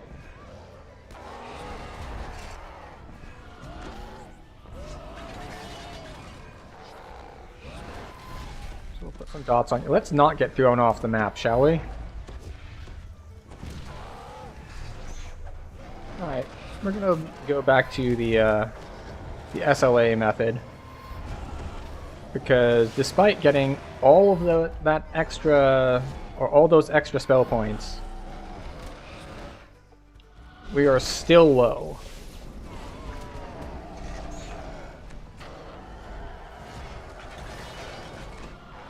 Of course, we could just wait for the Titan to kill him too, but there we go. Triple chest too. Nothing of note. Mysterious bauble. Oh, very nice. I think this was a chase item back in the day, because 100 to 600 spell points at level 18 is a lot.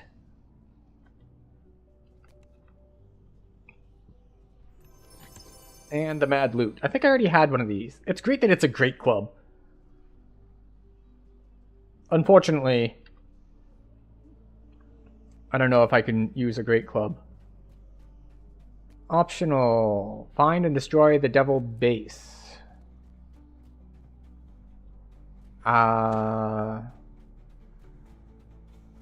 This way?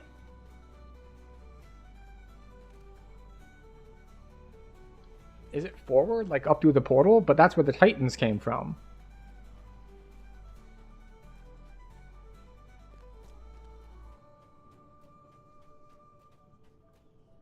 Okay, so there appears to be an invisible wall here, so it's not this way. And we can't go back this way. Oh, we can go back this way. We're going to rest at the Rest Shrine. And we're going to see what we can see about finding and destroying the Devil Base.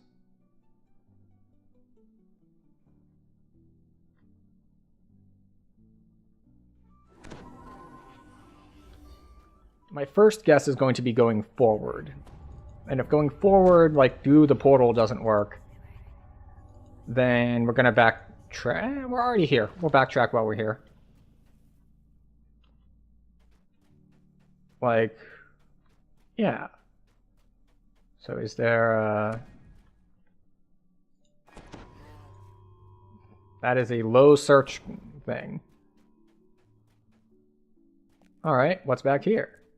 It's behind a hidden wall, and we already got our quest completion, so it's probably an optional. Question is it an undiscovered optional, like some random orange-named guy? Or is it the Devil Base that we're looking for? Base is surprisingly well fortified. Do you have the might to tackle this nest of devils?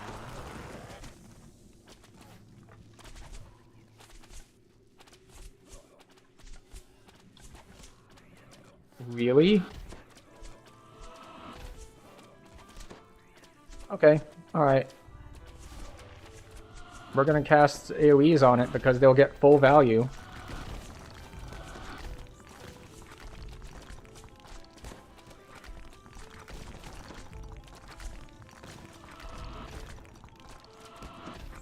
Full value AoEs.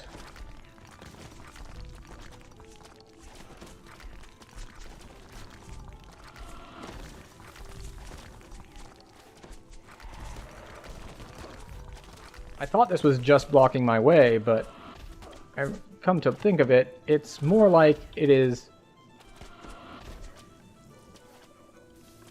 it's just an enemy we need to kill.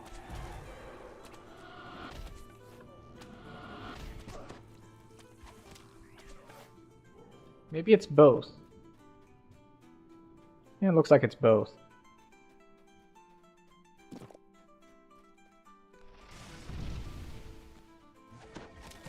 Okay, we did make it up top.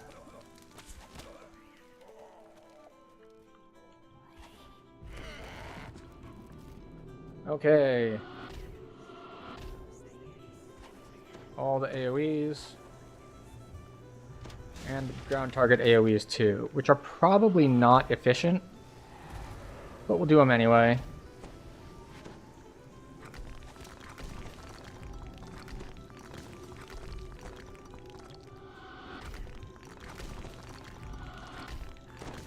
Does this work on it? Alright, we'll ping you. Find and destroy the Devil Base. What does destroy mean? Does destroy mean take out these 3 portals?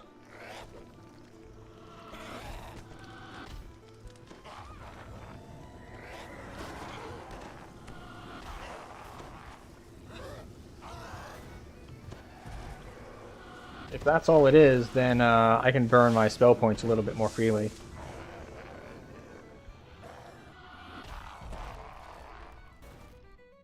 Okay.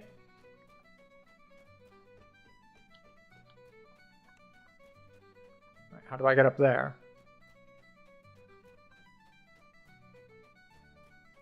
Okay. Can we go around this side here? No. Oh, there it is. I almost lost it just because it's relatively dark.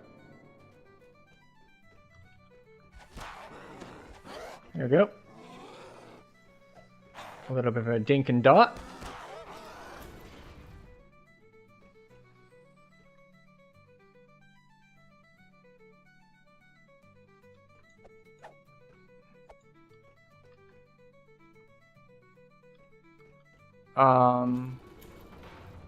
Okay. That was weird. Yeah, it's like it trapped me and then it let me out. I guess it's on a timer.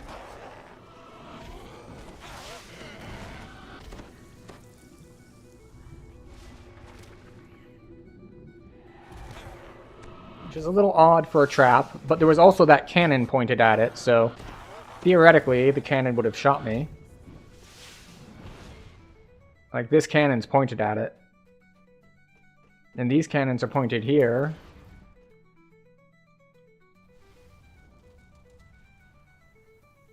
Do I have to watch them to see which one's going to shoot next? Okay. We got a little bit of a dodging game going on, I see. I could probably stand in it because we have evasion.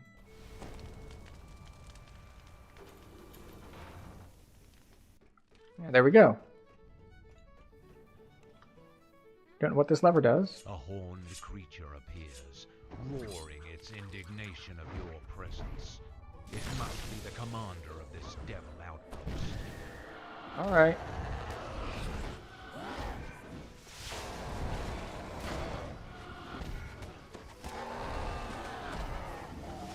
You're pretty healthy, though. I mean, granted, it's not the last boss of Dreaming Dark healthy, but still relatively beefy.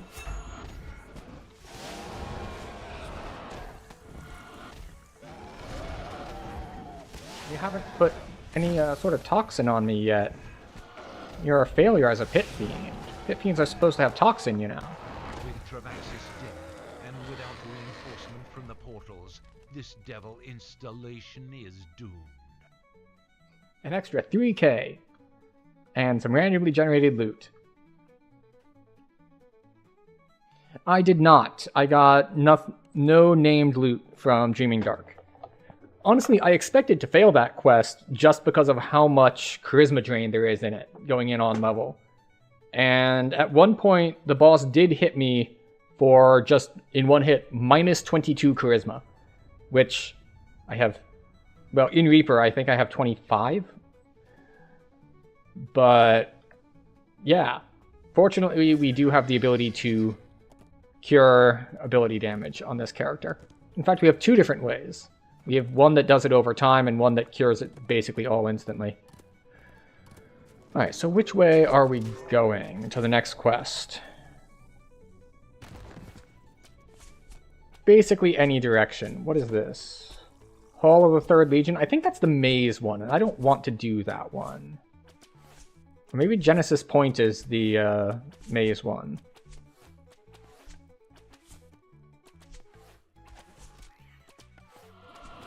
We'll go this way.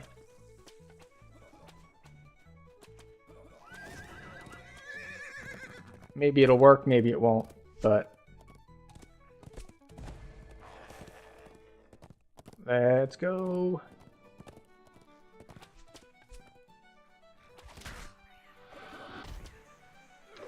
Go.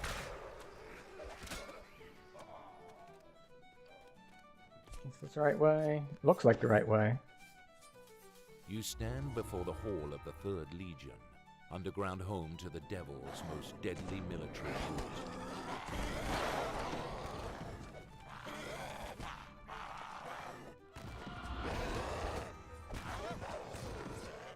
Alright. I think this is the terrible one. Yep, looks like it. Do we want to do this one? We'll give it a shot, but if we start getting lost, I'm just going to be done with it. I remember the first / last time I did this, I was in here for like an hour just wandering around.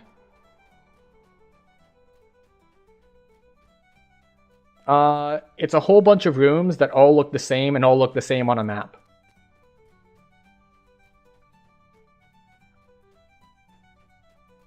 So if you see the map, it's like a square room, but it's not a square room. It has all these dividing walls in it. And you pull levers and things happen. I don't know what my timer is here. Oh, by the way, that's not a minute and 29 seconds. They give you 90 minutes to find your way through the maze to get to the end to stop the... Oh, that's right. There are portals that jump you around as well. So it's not just like a normal maze, it's like a multi-layer maze. Is the hourglass like this? This is the time limit you have to complete it. Are there respawns in this one? I don't know. I've only ever done it once before. So, yeah, welcome. Running it back. So, if you've just joined, I am doing a challenge this life to do all quests that I've done very little of before. Like skipping all the standard quests, all the expansions, all everything. And thus, I'm in some cases like this quest where I ran it once, maybe like 10 years ago.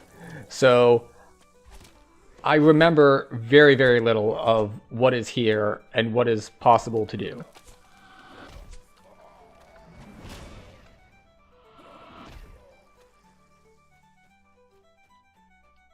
Alright, so... Right, have I gotten through these areas yet? I have not gotten through these areas yet.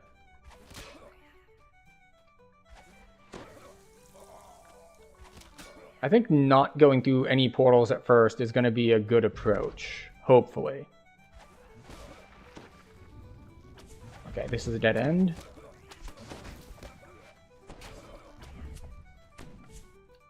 Okay, so we're going to go back this way. We're going to keep hugging the left wall and see if that gets us anywhere. That's the traditional way of trying to navigate a labyrinth, is you put your hand on one wall and then you stick with that. Unfortunately, this isn't 100% useful. It can lead to you just making loops. Like if there's a pillar, basically. Like, it'll keep you from getting lost, but it's not guaranteed to find you an exit. Alright, what's over here? Looks like a fountain.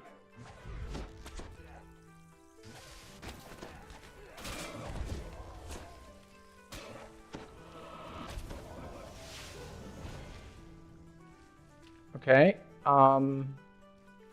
There doesn't appear to be anything with the fountain besides maybe a landmark. Alright, so we're keeping our hand on the left wall, and oh, it's a gelatinous cube. Okay, could you not gelatinous cube? I would appreciate if you would, you know, just stop cubing me. Thank you. Okay. So, still keeping our hand on the left wall. In fact, I'm going to switch to these goggles. Just in case. Because these have true sight on them, which might be enough for me to see hidden walls. Although putting hidden walls inside a labyrinth is a choice. Then again, I don't think there's a lot of, like, hidden wall stuff going on here, because all the walls already have something directly on the other side. But yeah, the fact that it's basically a bunch of hexagons, I suppose is a callback to tabletop. It's like, we're on a hex map, obviously, because it's D&D. Why would we not be on a hex map? Like, what? We should be some of those squares? No, hexes.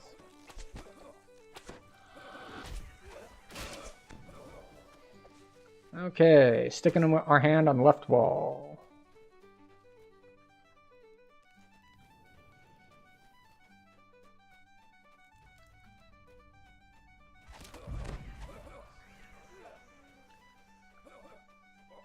We're still running into new guy. Oh, it's another gelatinous cube. Please die. Thank you.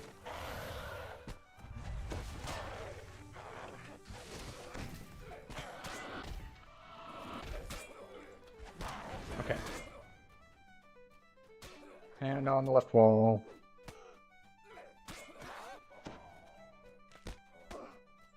Leave me alone. Alright, we found another fountain. I feel like these are going to be important at some point, but I don't know if they are at this point.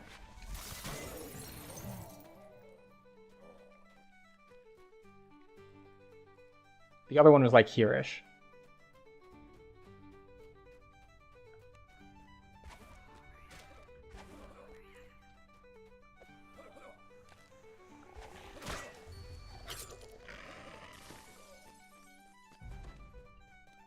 Alright, so there's another of these thingies.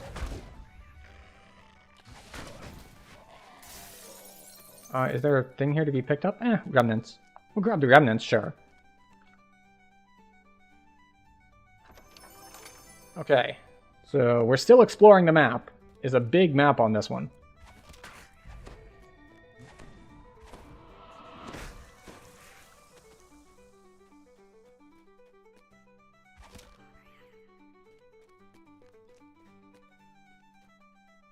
Oh, I thought there was a hole here to chop down. Because I know at some point in this quest you drop down. I don't know at what point that is. And I don't know if I want to do it now or if I... Okay. Well, the answer was after we kill those guys, we drop down. You hear desperate sobs echo off the walls, Okay. punctuated by the occasional Well, tortured scream. They must keeping a hand on the be left wall prisoners worked out taken for during us. One of the devil's many conquests. Fiendish Spider Queen. That has a decent amount of health.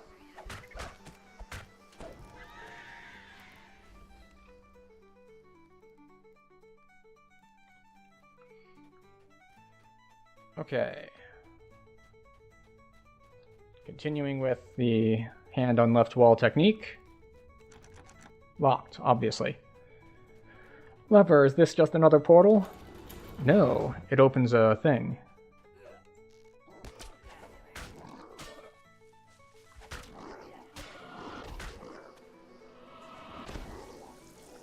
Alright, I was hoping they would drop a key that would let me open that door.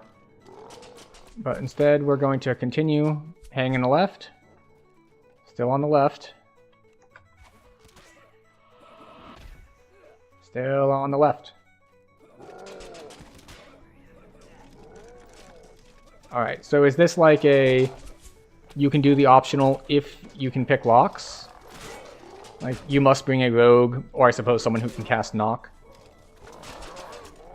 That was a lot more common in older quests, so it's entirely possible that it's true this time as well.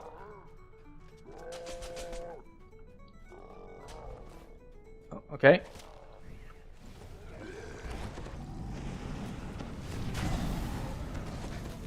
Alright, there appears to be an ambush here. Including air elemental. I love air elementals. In fact, I love crowd control of all types. I don't play games to control my character. I play games for them to be thrown around randomly. And at great force and great speed.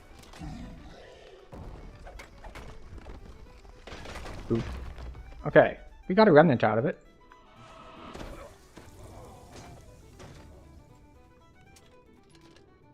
Oh, this one's not locked.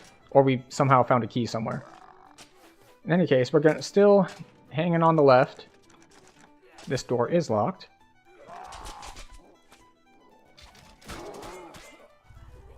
Here. Take some ground AoE effects and we'll be on our way. Also locked.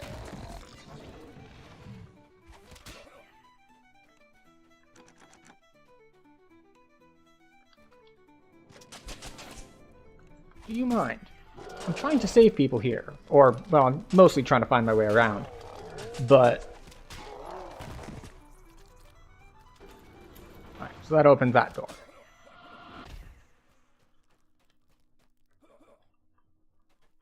Why does it matter that we open this door?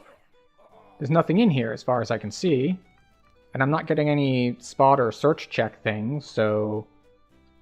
Weird. We will continue sticking to the left. Because we appear to still be exploring new sections of map.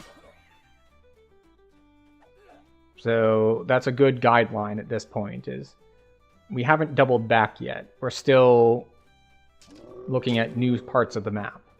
Wait, what did I see over there? That's a barrier. We might have to break from our pattern and go investigate the barrier.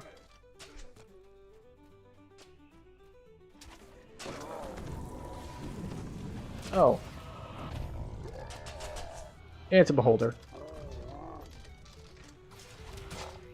It's a named beholder.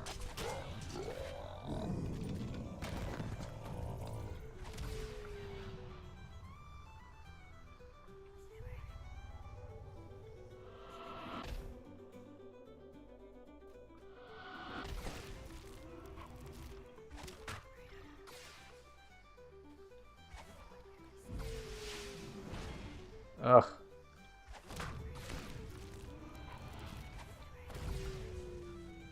Do you mind?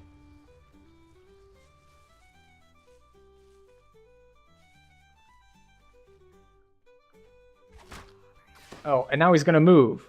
That makes this harder.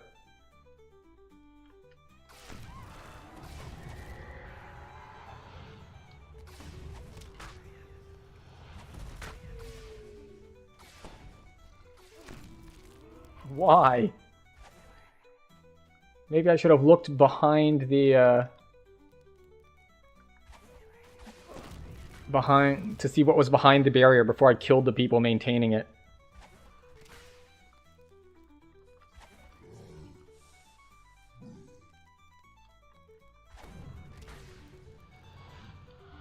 And fun fact, if you weren't aware of it, technically I could stand out there fighting him. Like, I can cast all this stuff even if I'm in the anti-magic, because anti-magic field does not affect spell-like abilities. So I was using all spell-like abilities there. That said, still a pain and a massive drain on spell points. In any case, where were we? We were over here, keeping our hand on the left wall.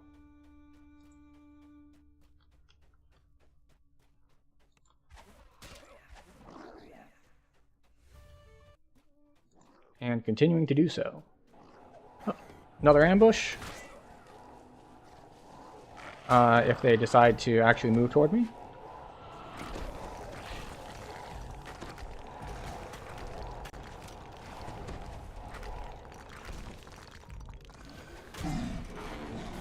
Okay, Greater Iron Golem.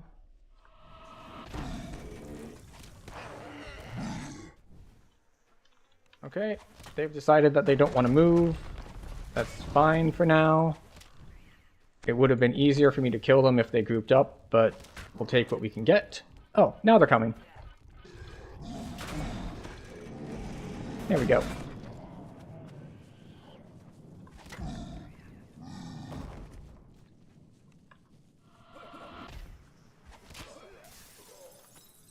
Alright, I see a lever over there, and I see gates.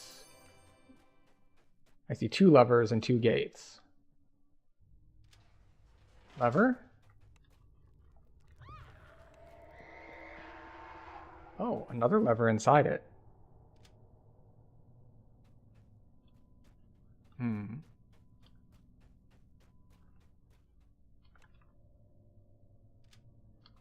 What did the other lever inside it do? I don't see any portals spawned or anything.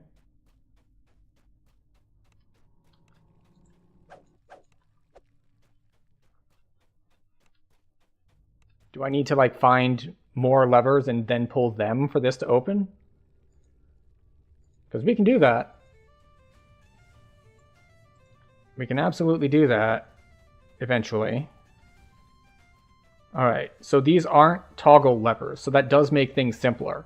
I don't have to, like, worry about, oh, you need to only pull levers 1, 4, and 7, and not these other levers. Alright, there's a lever there, which I believe we're going to get to by going this way.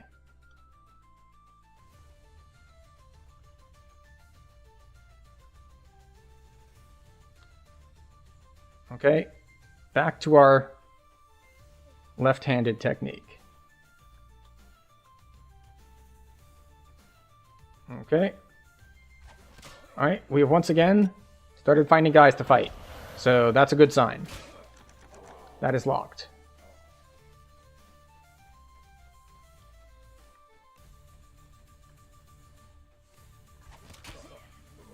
Ooh, a soul.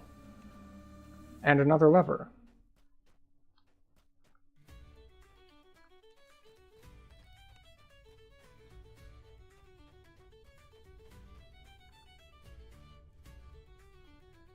That is definitely a... Alright, so I can't get there from here? Okay, alright. Sticking to the left. Actually, we're going to check this room first. Okay, never mind. We're going to stick to heading left.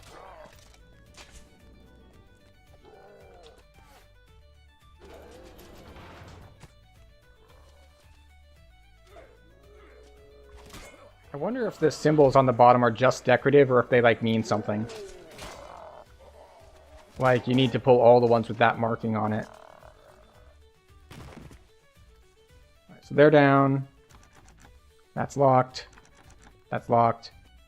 And we continue sticking to the left-hand wall, because we've still got all of this unexplored space on this level, so there's a good chance that we're not even very close.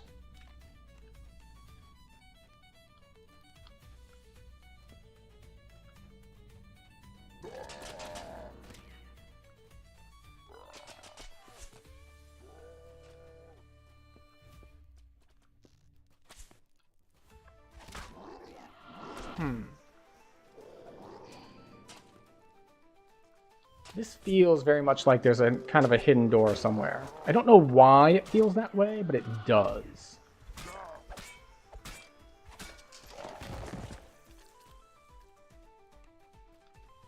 See, because it also says, you know, there's a lever there.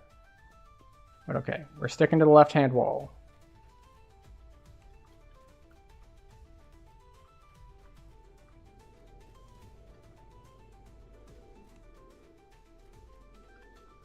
Another lever.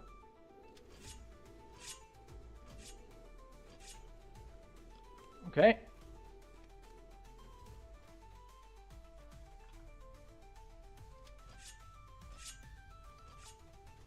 Okay.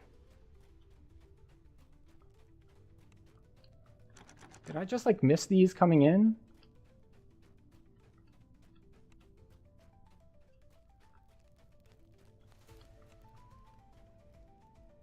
No, I'm in a new section.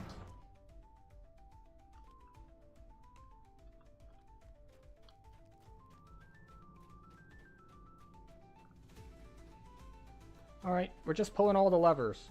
That's what we're doing. I somehow just walked past all these or something.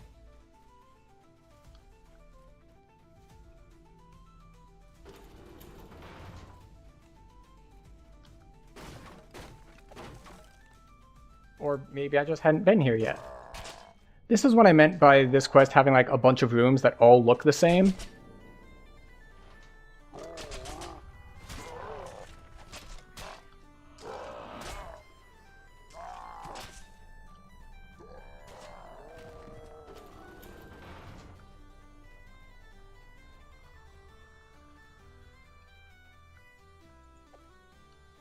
Okay.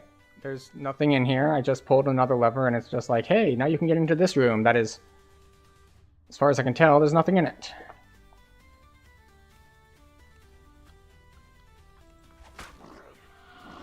Okay.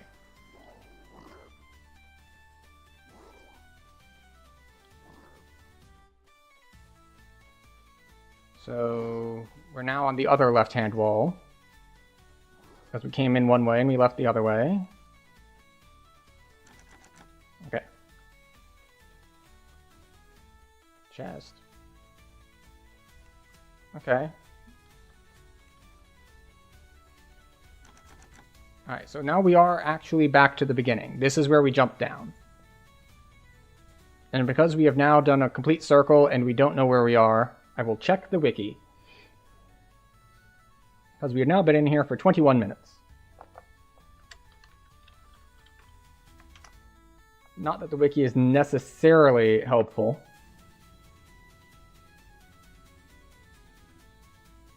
Oh, the mazes have random layouts, so the wiki is not that helpful. Okay.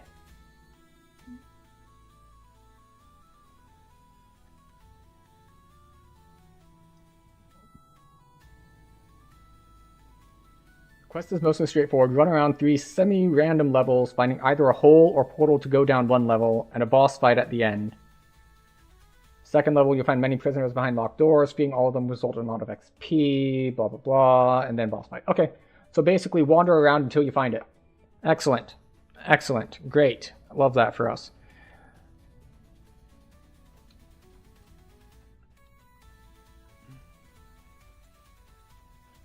All right.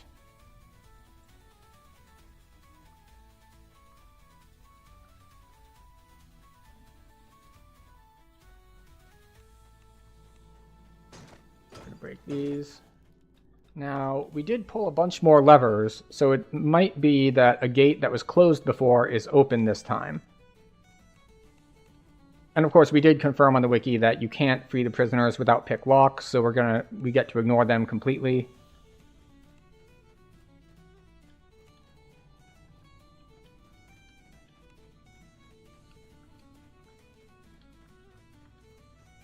Alright, once again, there's a lever we can't get to through the wall. But we're sticking to our left-hand side, and it'll eventually bring us where we want to go.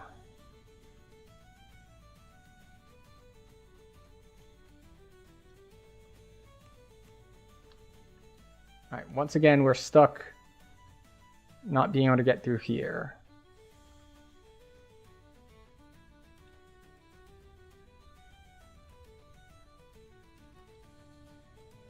Alright, so this is where we kind of got stuck before.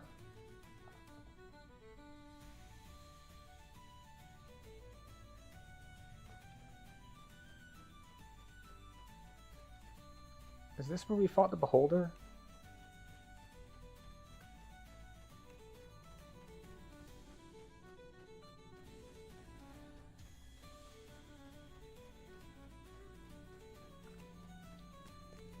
Okay, so this was this section, right? Okay, alright. I pulled a bunch of levers, that's correct.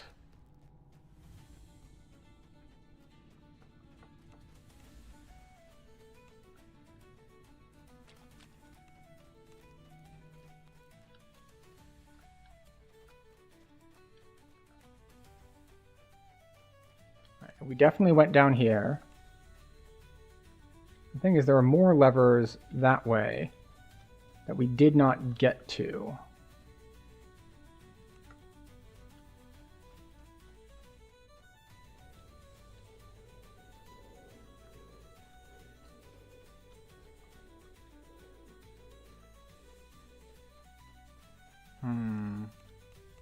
See, now I'm committed.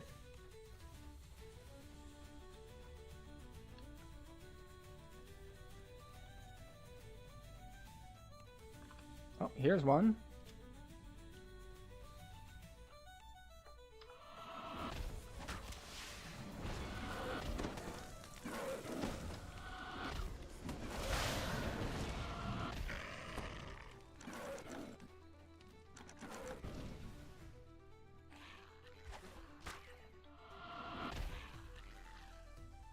All right, we're going to keep with our sticking on the left wall for now.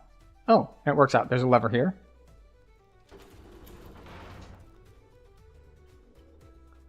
Okay, nothing in here.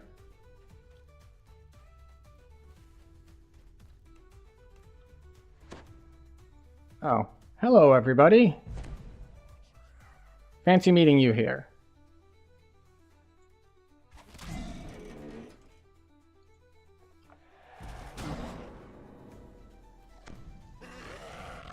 Oh, good. Good, good. They started moving. That makes this much more efficient.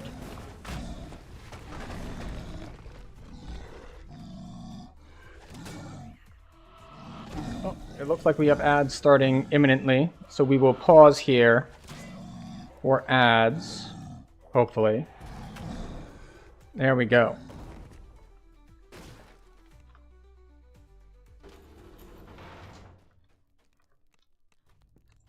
I don't want anyone to miss out on the exciting running in circles, trying to figure out where I'm going.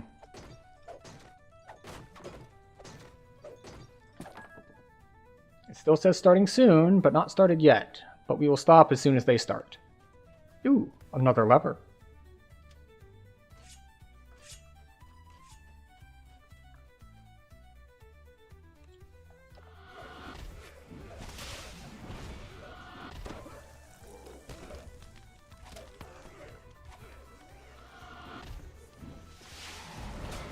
There we go.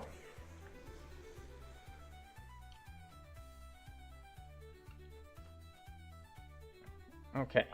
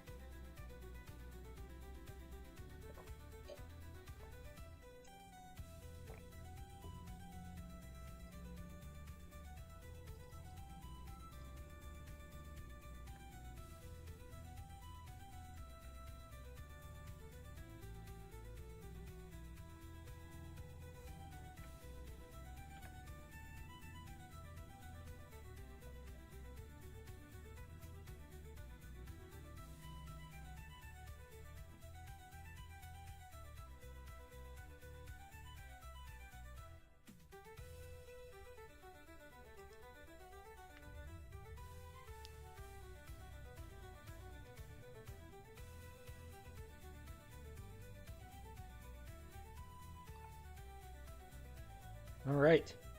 And we've returned. Alright. And we've returned. Let's not have an echo in here.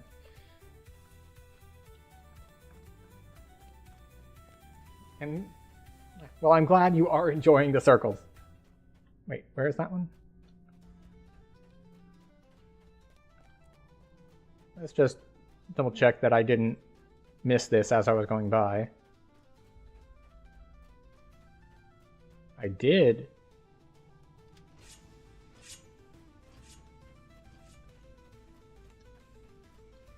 Get to check this door. This door is openable. Another lever. Wait, I think this is where I was before, maybe? Maybe not.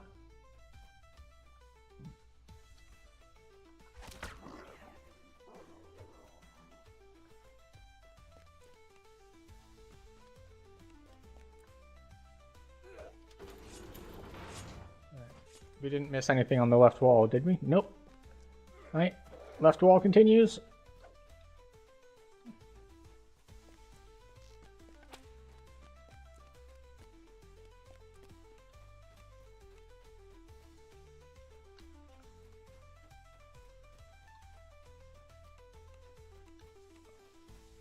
Alright. We have to be getting close to the end of this particular level of the maze.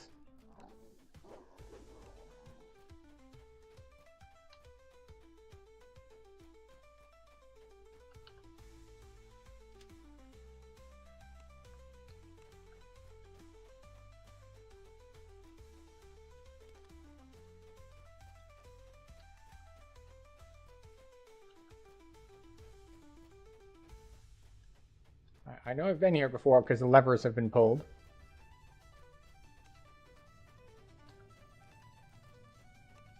Finding more and more pulled levers. Is this the beginning?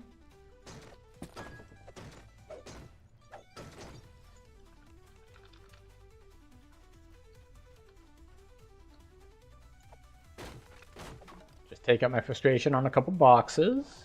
Excellent. So if I get through this whole thing and like one of the levers I pulled a long time ago is like, oh, actually I opened a portal. You just had to click on the portal. It's like, ah, I see. We'll murder you now.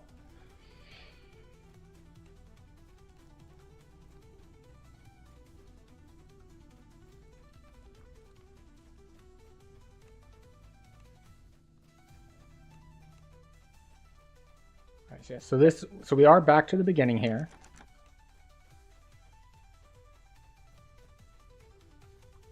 Alright, so this section and this section are kind of unknowns. So we're gonna just try to head south whenever possible.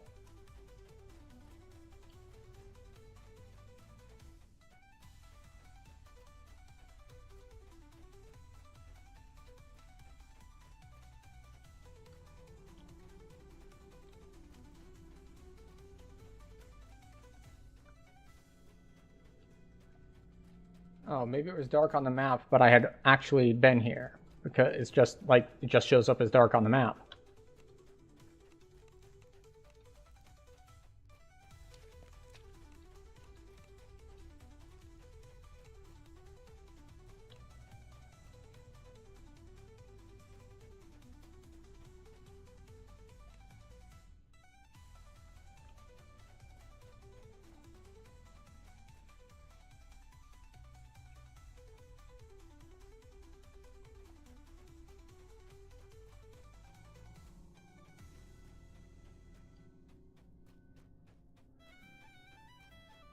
I still don't see how to get to this lever.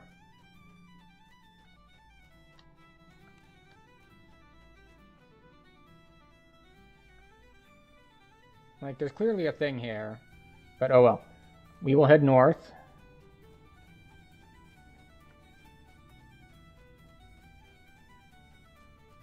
I'm gonna stick to the right wall because that's where the darkness is. It's an inner pocket, so it's possible that it was contained separately from the other stuff. Alright, so that's where the beholder was.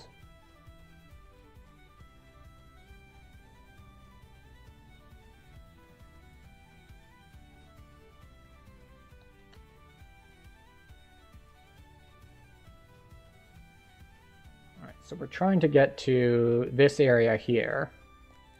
Actually, we're in that area here. It's just, it doesn't... That is also somewhat problematic in that, like, this area here... I wish I could zoom in on this map. But, like, this area here looks like it's unexplored, but it's not unexplored. I've been here.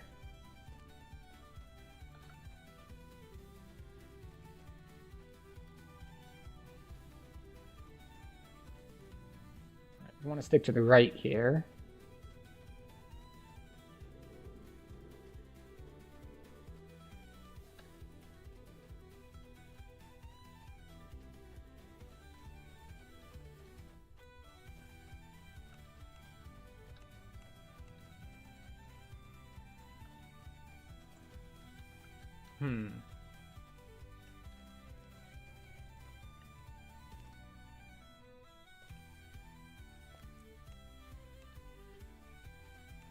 Okay.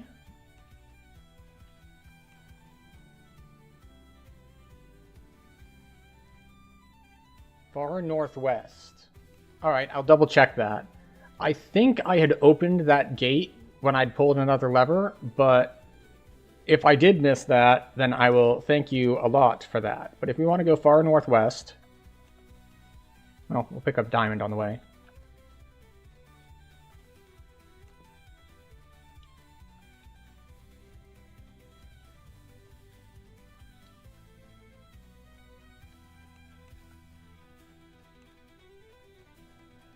No, go this way. More north and west. Oh, wait. I don't know if this is new or if it's just guys I left behind. I think these are guys I left behind, because there are still levers that were pulled. Here, you can die now.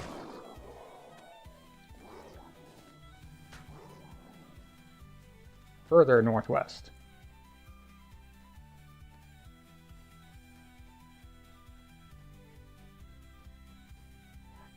Yeah, I know the part you're talking about. I just don't know where it is in this mass of everything looks the same.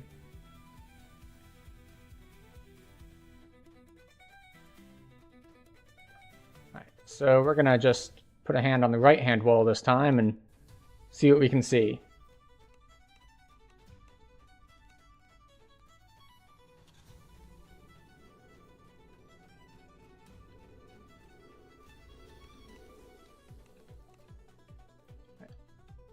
Aha!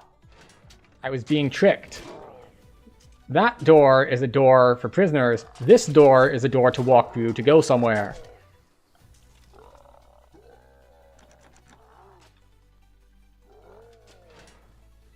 I had been conditioned to ignore the doors since I couldn't lockpick them. Here we find a place to drop down.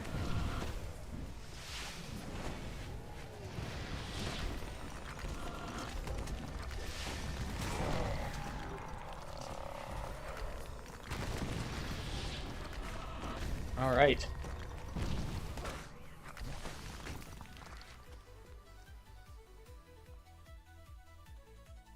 That's 2 down, 2 to go. And our spell points are looking a little rough.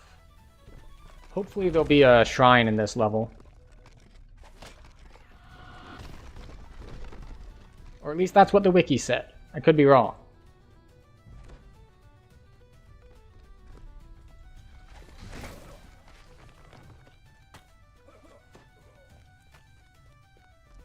We're sticking on the right wall this time, just for a change of pace.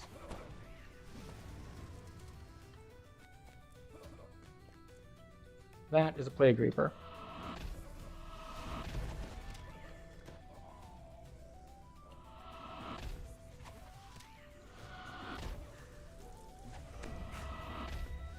A shrine. Excellent. Now that we have it, it serves not only as a way to refill our spell points, but also as a mark. It's like, aha! It's a landmark.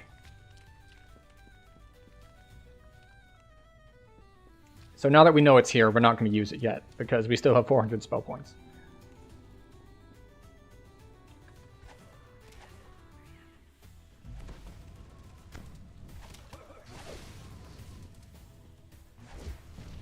I'm not seeing any levers or anything on this level yet, so we'll see what the mechanic is here to get to navigate around and or get to the next section. I don't think there's anything that requires breaking boxes, but I'm going to break them regardless.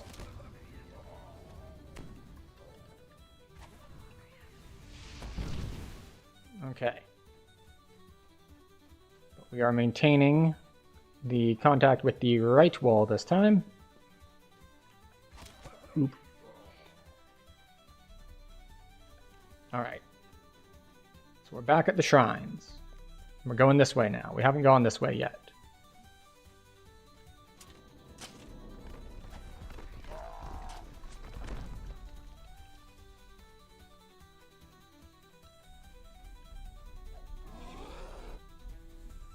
It's interesting that there aren't any like gates or anything. Like the last one had a lot of like pull lever to open gate, etc. as the pattern. This one looks like it's just pure exploration. Okay, we're gonna put shield back up.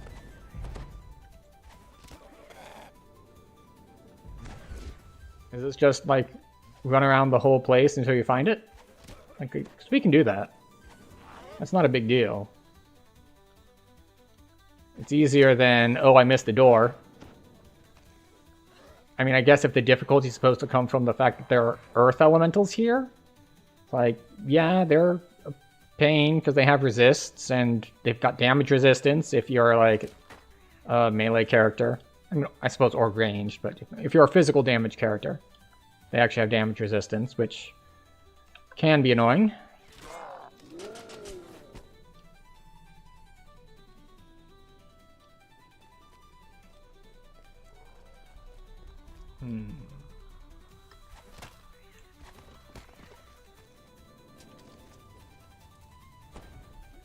Smotgook.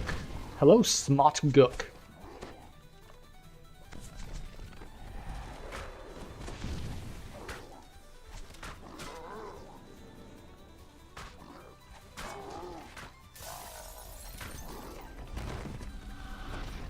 Lost Soul, 200 spell points. Thank you very much. Since they grouped up a little. Alright. What were we doing? We were putting our hand on the right-hand wall. And we're back up to 450 spell points, so we're breaking even so far on this floor.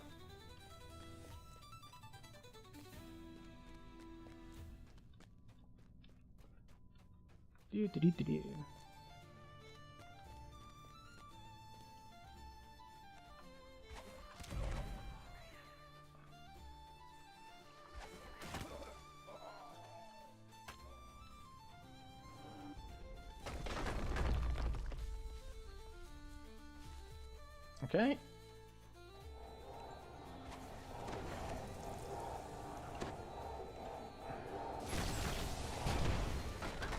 So it looks like the difficulty on this floor is supposed to be the guys, like, because there are multiple named people. I mean, I'll take that over the maze, to be sure. Well, I suppose it is still a maze. But you know what I mean.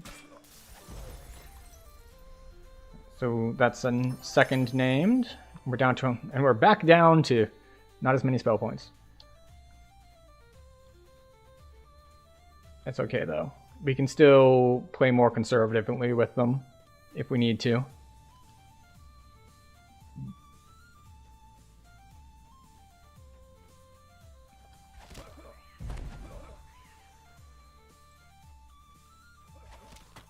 I think I was through this section before, but I just hadn't killed all the guys. But it's fine. I think we were going the opposite direction when we came through here before, and now we've, followed the wall, so we're heading in a different direction.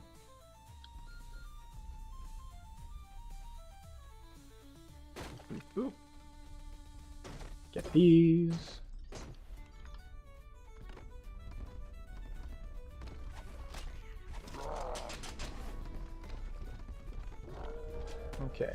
in here.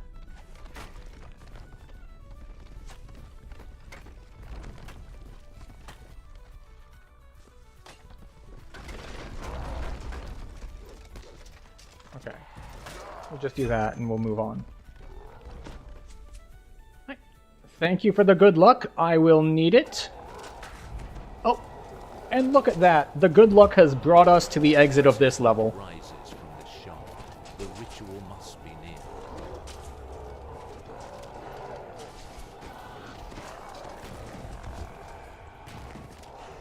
Unfortunately, we're out of mana, so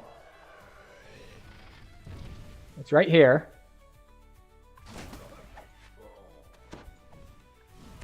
But we need to make our way back all the way this way to the shrines. Good evening. Running it back. Hopefully I'll see you around again sometime.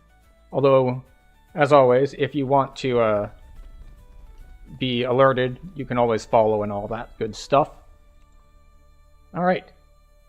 More convenient, there's a rest shrine right here.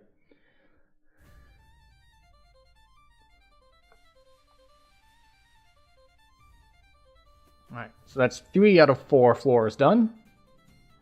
I don't know what this lever does, but we're going to pull it anyway.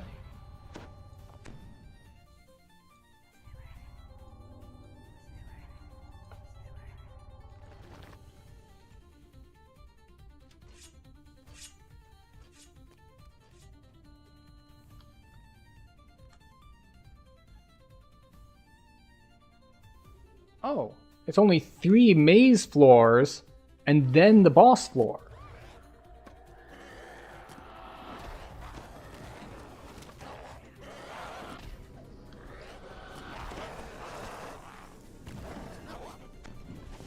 Okay, we're at the boss fight, I think.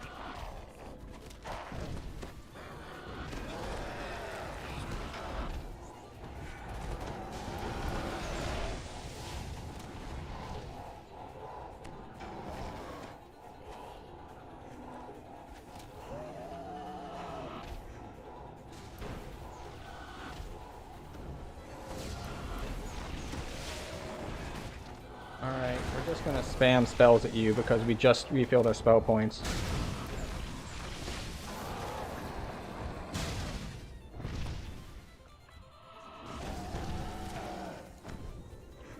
You feel Banzidu's magical Got it. energies flow harmlessly back to the ether. Your home is now safe, and Banzidu's death will leave a power vacuum for the other devils to fight over. Alright. So, for future reference, when the wiki says it is 4 floors, it is 3 floors of mazes, and then the boss fight. And the boss fight did hurt me a little bit, but it's fine. On the other hand, despite it taking an extended amount of time to get through, it did give us enough experience to hit level 20.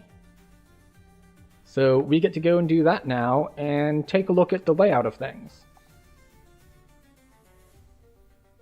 And we'll take a look at a couple other things like our favor, like what favor did we end up actually getting when we did all the rare quests?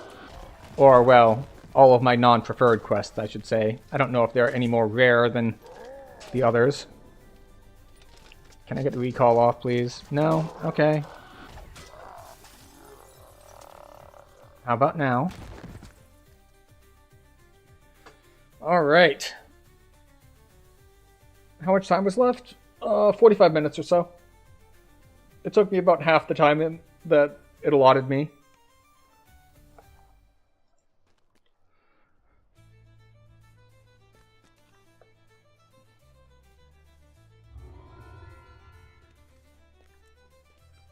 Easy.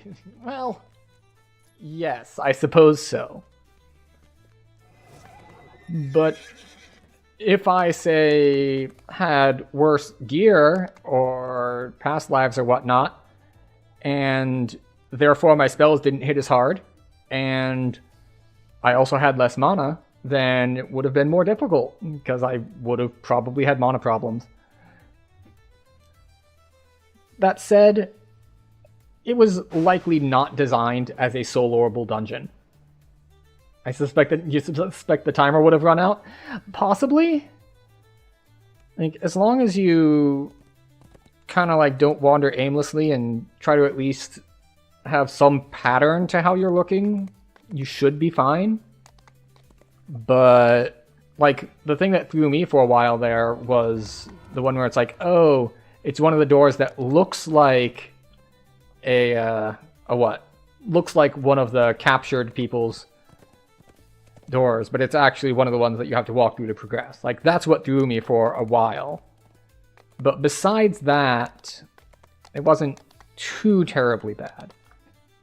It's just the normal amount of bad. I don't even if I had a duo, let's say, so as soon as we hit a floor, like, one of us goes left, one of us goes right, and we can find the end a lot faster that way, I still don't think it would make it onto a preferred quests to run. So yes, more wisdom. And get skills.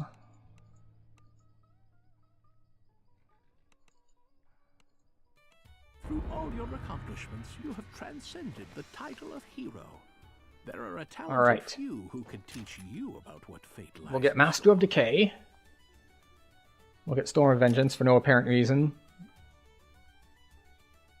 And just the 5 hirelings. Unfortunately, I don't know if the hirelings are good at solving mazes.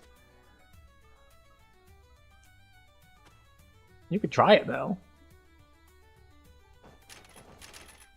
It's probably not ideal, but I don't care that much. So we are level 20. We can't get more Reaper Point things. They are better at helping you stay alive, yes, if even just as distractions for the enemy. But this now opens up even more things to bind to. So we're going to look at Primal, we're going to look at...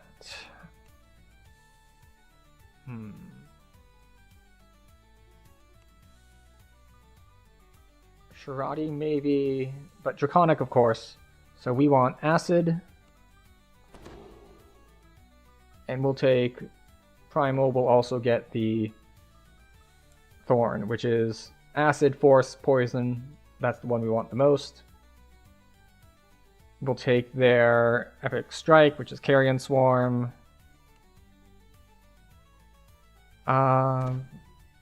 We don't need Rejuvenation Cocoon because we have lots of healing anyway. Although, it costs about the same as Greater Vigor. So we will get Electric Spell Power, Sonic, Fire, Cold, Poison, and Acid. There we go.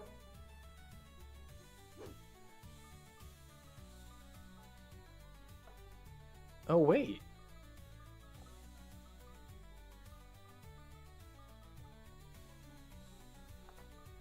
I forgot that they separated these, that you don't need the Epic Strike necessarily to get the second Primal spell, which in this case is Shard Storm, which is very nice. What's the max caster level on this? Max caster level 20. And this is max caster level 20, obviously.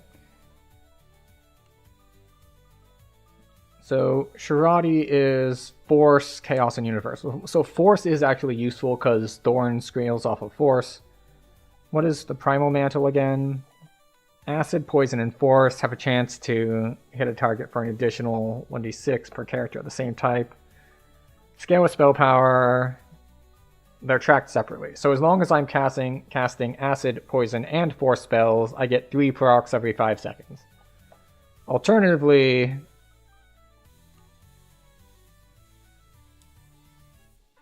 we just get the Draconic Mantle because it's good. Now, besides Shirati, does Magus also do Force? Magus also does Force, but I don't remember like there being much good in here. Like obviously, if for you, if you're like running with 5 hirelings, then here being able to say, oh, we're gonna increase all their fortification, ability scores, and 40% move speed to all hirelings, then yeah, then that's worth it for you. But this is all cold and negative. But Black Dragon Breath is still 26. Still max caster level 20, I believe.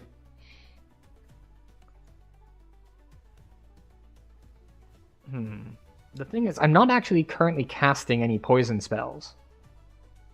Like, there aren't that many poison spells. There's poison, obviously.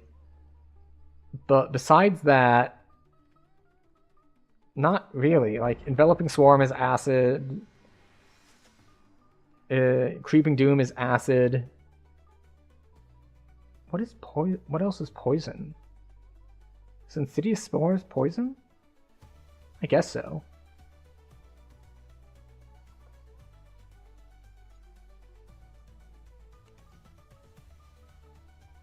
Alright, let's start at the top. Where are poison spells? None. No level 9 poison spells. None of these are poison. Black Dragon Bolt is acid. Acid Fog, Creeping Doom is acid. Insidious Spores is poison? Yeah, poison and rust. So, Insidious Spores, so that's 1. Unless, of course, Carrion Swarm counts as both. Aren't most level 9 spells just drops now? Well, Druid is a divine caster, so you know all the spells. All the time. Like, as soon as you can cast that level of spells, you can cast them.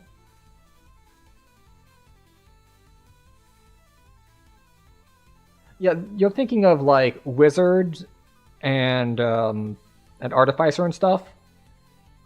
Or even Alchemist as well. But Druid is like Cleric in that you don't need scrolls, you don't need drops. I only have 6 spells here because there are only 6 on my total spell list. And it's just, I have to choose which to prepare.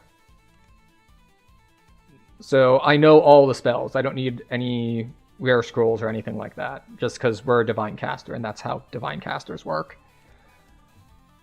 But I'm not seeing much anything poison here, unless things like this, which do acid and poison. You never get past level 13 or so? Yeah, I mean, it's the same thing for other Divine Casters, like Cleric and Favored Soul. They operate the same way. No,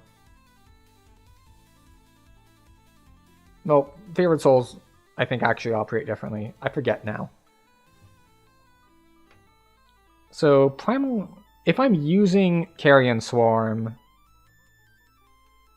Alright, you know what? We're going to test it.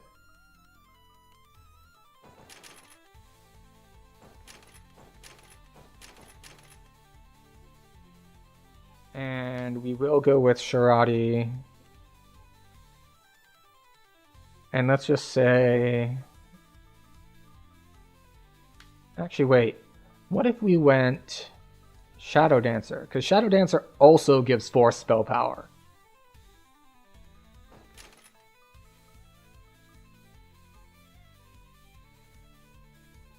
And we get Automatic Night Shield, which is not that important because we can cast Night Shield, but, you know.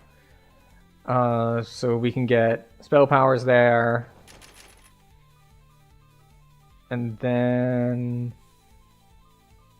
one there. We can bypass energy resistance, which is very important.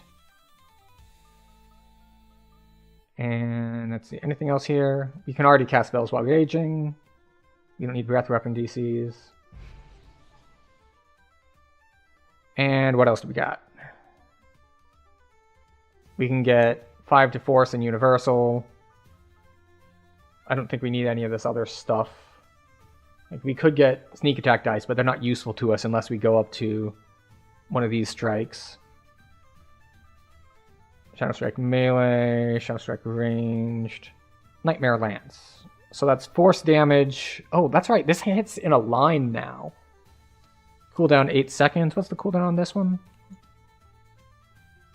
6 seconds. Okay.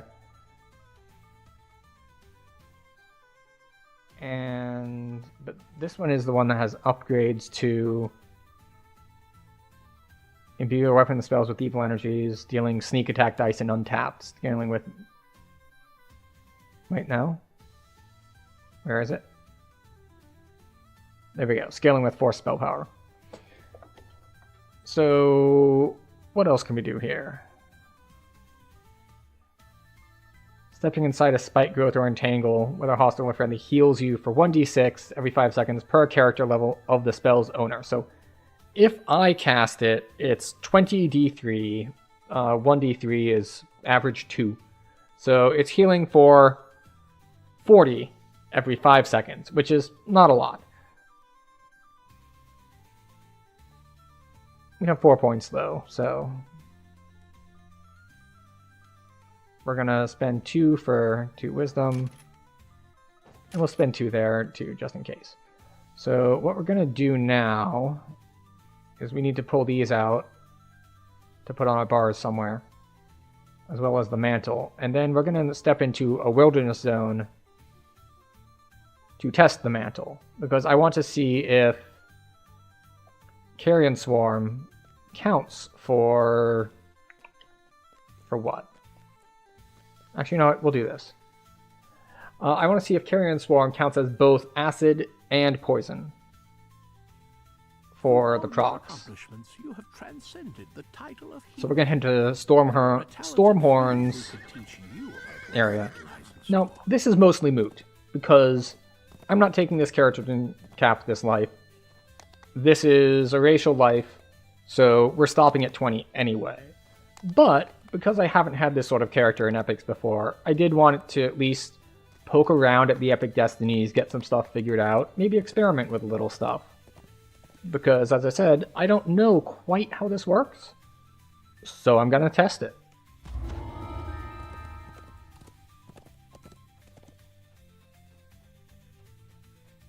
Alright.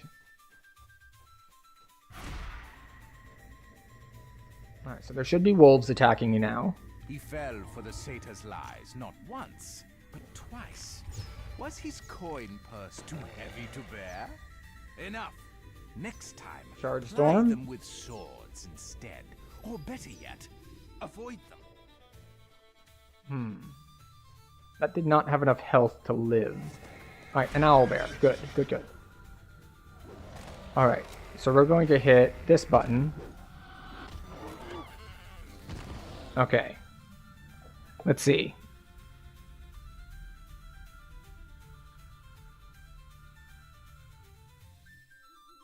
So, unfortunately, it doesn't say what it got it from. So I do acid damage, I did poison damage, and then I did acid damage, and then I did poison damage. So I got 2 instances of each.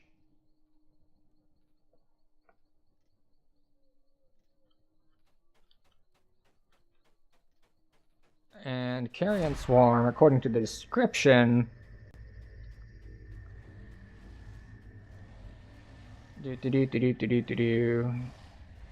every 2 seconds they take that much, stacks up to 3 times.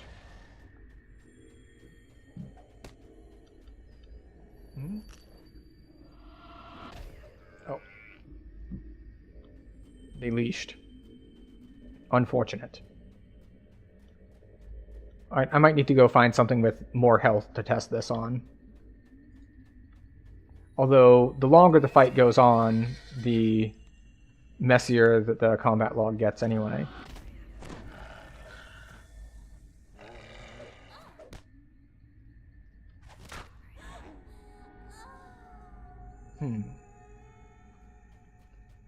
Okay.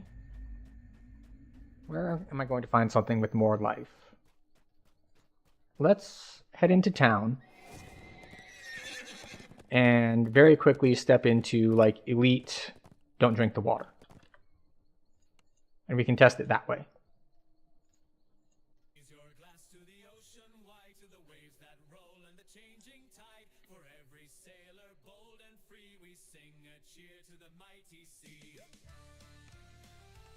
Alright. So what we're trying to figure out right now is that the Primal Mantle has this thing where for each element you use, it'll do damage and there's a cooldown on it. But you need a different to hit with different elements. And what I'm trying to check is whether Carrion Swarm counts for 2 elements at the same time. I can't get in because I'm level... Okay. Fine. Fine.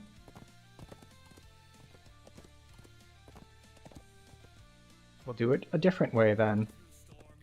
So we couldn't get into the one we wanted because we were unfortunately just not allowed to. Because you can't get into that quest at level 20. You need to be level 21. So we're going to head to King's Forest real quick. Yeah, King's Forest. Not the forest, but impossible demands.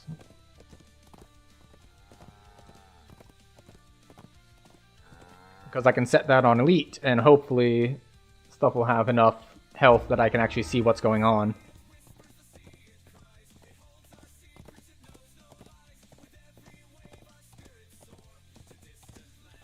Because I don't think there's anything out here in the wilderness that's going to have more health than the stuff in Stormhorns. Because that was epic Stormhorns, so...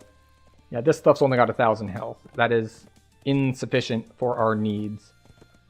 Because a lot of our damage at this level is going to be coming from the procs on our Destiny Mantle.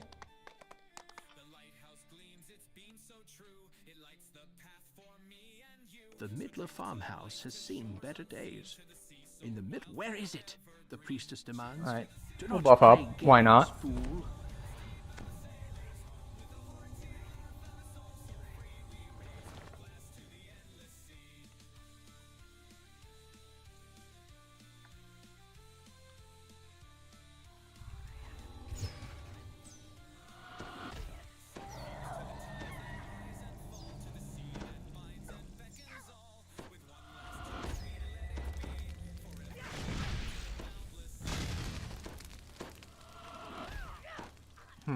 Okay.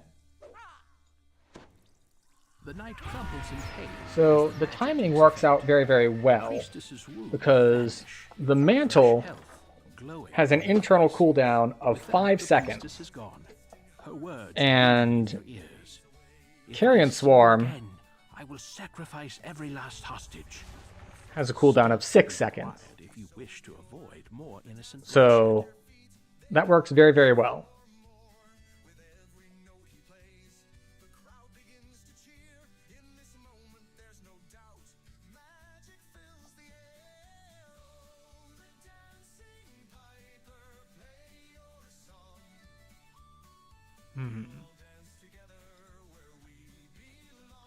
But I'm pretty sure it was counting for both. Unfortunately, like, the combat log doesn't say what you hit with. It just says, like, you hit for this much damage, you hit for this much damage, you hit for this much damage.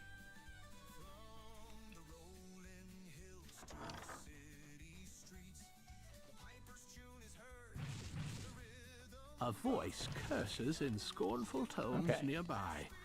The Drow priestess is close. You're just too strong PvP then? I mean, no, I got a couple options. I got a couple opportunities to see the damage. But the trick is that the spell I'm casting is also a dot.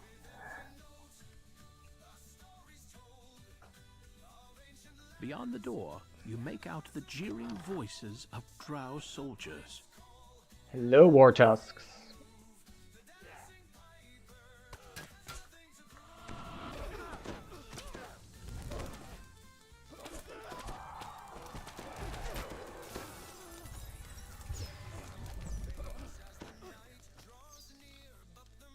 Also, I will note that, and I was also wondering, it's like, wait, why is my health so low? It's like, yes, because we did put it on Elite, not Reaper, for this particular test.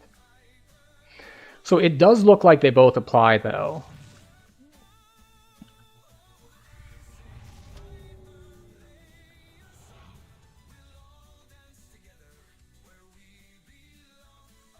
So, come on. There we go.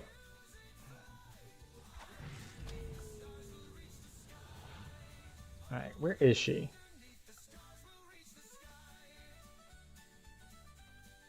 Ah, there she is. We'll wait for her to come up here a sec. So, I think that we can tell because when we first land it... Actually, wait, how long is it? A voice curses in scornful tones nearby. The drow Every 2 seconds for 8 seconds. Alright, so the question... Well, let's do another test. Alright. So she got... Alright, yeah. So you can see that's the dot. But on the first hit, you'll see that she gets the dot damage, the 2 low ones, but also high damage from elsewhere. But she can save against it, which is actually a relatively recent change, I think.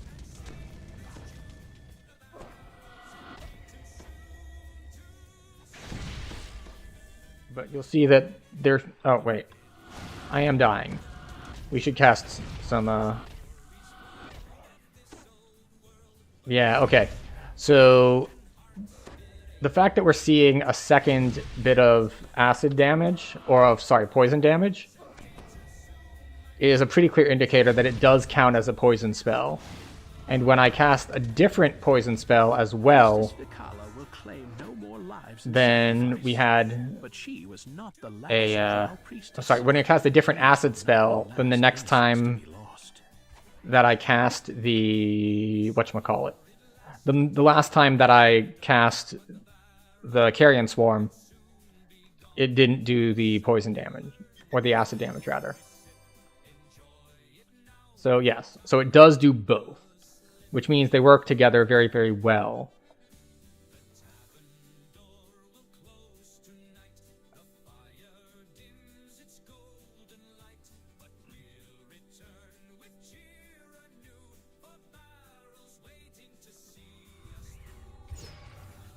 Okay, excellent. So that's definitely one way to do it. You could, of course, also go with just Dragon Breath, do Acid Dragon Breath, or Negative Dragon Breath if you wanted to be more poison focused, like that works too. But as I mentioned, this character isn't like going through epics. This character is for a racial life, which means we only go to 20. No, we're not doing any ads. Snooze. Thank you.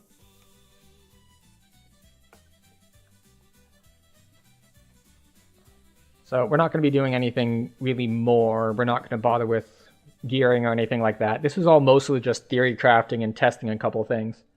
Now, I will note that on this multi-selector, Shardstorm is nice because it does give you the temporary health.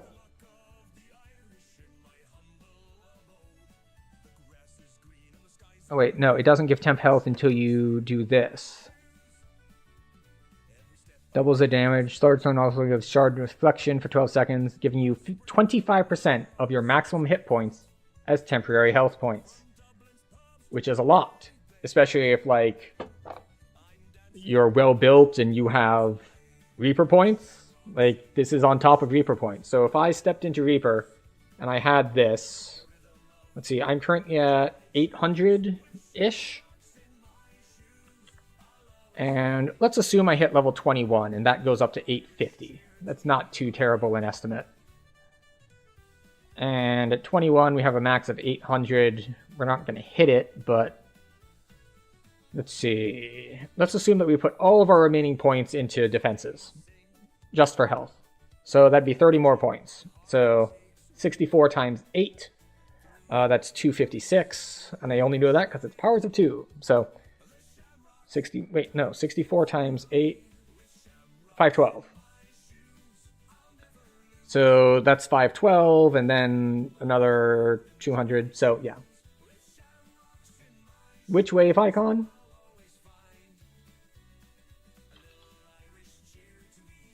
This one? For tsunami? Oh, the wave emote. Excellent. I noticed that it was a reply to someone else. Yeah, so where was I? Oh, yes. So this would be 512, and then these combined would be a little bit over 200. So we're talking about, we'll round up to 750 because I discounted some stuff in here. So round up to 750, 750 plus 850. That's 1600 health. And 1600 health, you get a quarter of it. So you hit this button, it's 400 temp health every 20 seconds. Which, it's a relatively long cooldown, but it's a lot of temporary health. So, yeah. Let's take a bit of a retrospective on what we ended up running and what we ended up skipping. Looks like a troll or a government. Yeah, it's appears to be some sort of dragon, or at least based on the name. So yeah, we did, even though I do them most of the time, I wanted to make sure I had Coin Lord's favor. So we did do Korthos. Then we skipped Keep on the Borderlands. We skipped basically all of the Harbor 2s. We did Misery's Peak, which we normally skip. We did the solo quests, which we normally skip. Swipe Signet, and then Sacred Helm and Chanticleer. Normally skip Chanticleer. Red Fang and the other Harbor and the other Market 3s. Haven't done those in a long time. We did all of Tangleroot. We skipped basically all of the other 3s. All the Cerulean Hills, all the Catacombs, Salt Marsh, lots of 3s skipped. Yeah. This is the stuff we already talked about. Oh, and then we did the new set, Rats in a Cage, Knife's Edge, all that stuff. Fresh in the Air, hadn't done that in a while. We didn't actually do Necro 1. I don't like Necro 1. Also, there's one of them that requires 4 people, so there's that. We did do the Carnival Chain, which we don't do in a while. Skipped Feywild. And we did Delirious. Normally skip Delirious, but we did it this life. We did not do Three Barrel Cove. No Three Barrel Cove, no Feywild. No Depth Chain. Normally do the Depth Chain too. We did cheat a little bit and do the House K Plaza quests because I wanted the House K favor for bank space. That's just how that goes. And let's see, what else did we go through? This is just more skipping Feywild. Oh, we did the level 6 12 quests, kind of a big deal, memory lapse, those. We did Sorrow Dusk, all of Sorrow Dusk. Normally skip that one too. Taming the Flames, pain in the ass, did that. And let's see. Yeah, this is more of the, a couple random ones, but this is mostly like Delirious, Sorrow Dusk, and, not Saltmarsh, what is it? Tangleroot. Sorrow Dusk and Tangleroot are going to keep showing up because they're those weird chains that have like more and more levels. We did skip Black Walk, we did skip Necro 2. Other 7s, of course, we skipped all of Isle of Dread. We skipped Temple of Elemental Evil because I normally do Temple of Elemental Evil. It's not run a lot in general, but I run it a lot. So I had to skip it. In particular, if you're not too big on it, or if you remember how it was before, like how hard it was, it's actually not that bad, especially since they remade it. And the experience of the first 2 pieces is actually very, very high these days, after they remade it. So there's that. We did a couple of random stuff in House K, Stormcleave, Stromfald's Mine. We did the Slaver's Chain, which I hadn't done in a long, long time. Skipped Vaughn, because I always run Vaughn. We ran White Plume Mountain. I run it sometimes at Cap, but like never in Heroics, so we did that. We did Red Fens. Almost never do Red Fens. No. No, you never needed a group for a temple. It had no mandatory grouping requirements. It just tended to be difficult. Like, it had really big pack sizes and stuff hit harder than usual. And, like, there were respawns and other things like that that made it harder, but there weren't any things like you have in Necro 1 where it's like, you need 4 people to stand on these 4 platforms, like, sort of thing. But yeah, it was, yeah, it can be hard. Let's see. What is this? Oh yeah, that's more Sorrow Dusk.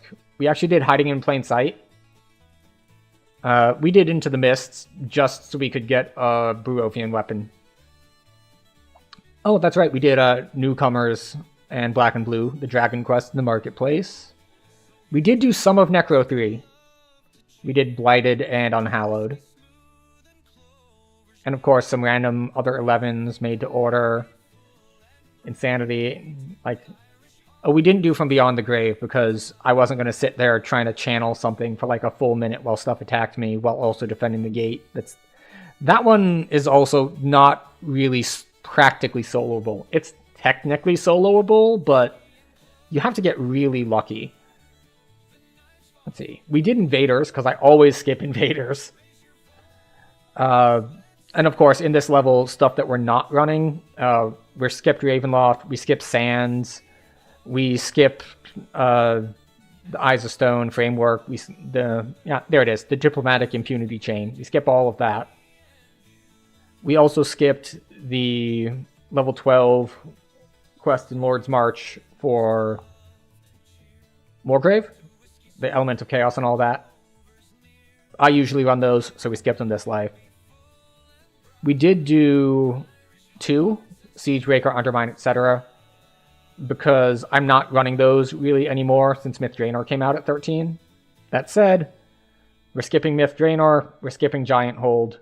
Like, there's lots of 13s to skip as well. We did run the Subversion, Tavern Brawl, that chain. We ran Tower of Frost. And we did the Archon's chain, since we don't usually do that in Heroics. More 14s. We skipped the Rage chain. We skipped Giant Hold. We skip... I mean, there aren't that many 14s, so that's all we skip. But we did do Necro 4. So, we've got, including Inferno, which was not as bad as I remembered it being. I guess because I knew it a little better. And then, what was it? Oh yes, we did Tethyamar. I don't remember the last time I had done Tethyamar.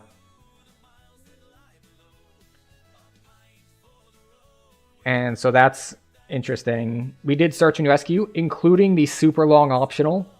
That was interesting. We did the Wayloon pre-quests, which never do those. But of course, we skip, now that we're at level 15, we're skipping Litany, we're skipping Sharn, we're skipping Cogs. And this is when we start doing some of the Delirium chains. Yeah, it's nice that there's a lot of variety these days. But yeah, oh, we also did the Missing chain with like Fear Factory and that. We did Acid Wit. Don't know when the last time I did Acid Wit is. Then 16, skip a ton of 16s. 16s, you've got Sharn, you've got Cogs, you've got the Lords of Dust chain, you've got Wayloon, like skipping all of those. But we did do the Lower Moorgrave 16s, Path to Battle, Order in the Court, all that stuff. We also skipped the Shroud Flaggers, just because I don't like them. I find them gimmicky and annoying. What else did we end up doing? Oh, we did Sharn Docks, because I almost never do Sharn Docks, so I got to relearn those a bit. We did skip Druids. We did Reaver's Reach at 17, so we got that one. We also did more Madness stuff, Lords of Stone, and that. Random stuff like Good Intentions, of course. We skipped Vecna. We did more Delirium stuff, more Delirium stuff. Some Moorgrave stuff with this old Haunt. And then we did the Inspired Quarter, both parts of it. The one part that ends in the Mind Sunder, and then earlier today, the part that ends in Dreaming Dark.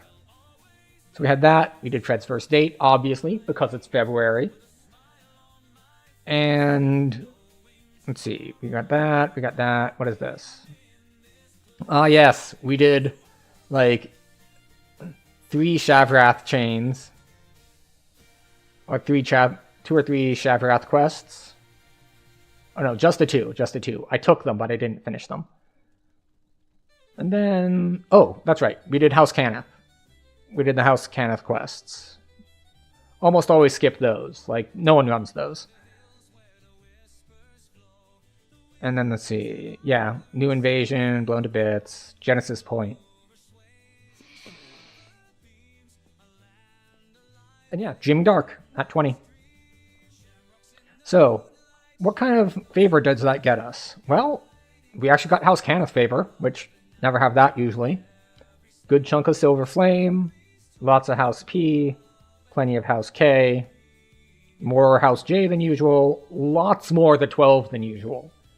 I almost never get a lot of 12 rep, but with all the Delirium stuff that we did and a lot of other stuff, lots of 12 rep, lots of Gatekeepers rep, some D,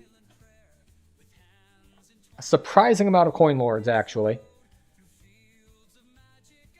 And yeah, really, you basically end up with a lot of favor in all of the older factions because you get none of it at all with the new factions for the different stuff. Like Keepers of the Feather, we just had the 1 quest so we could get our weapon. Summer Court, we didn't touch Feywild.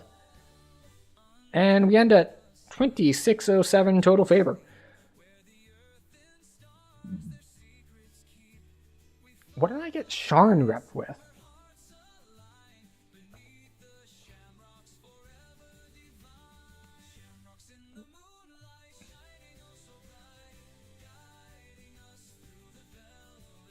Oh, right. We did Sharn Docks. I forgot.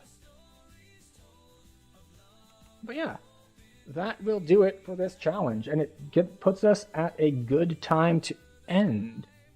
Let's take a quick look around.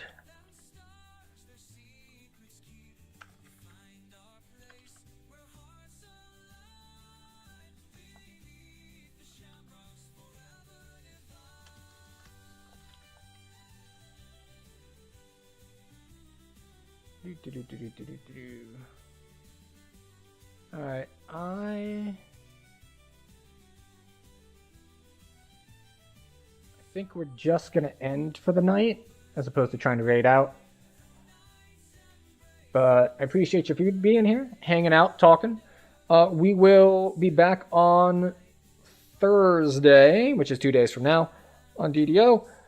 If I stream on days other than Tuesday and Thursday, it is usually not DDO. They're just kind of random things. If I'm like playing something I feel like sharing, then we do that.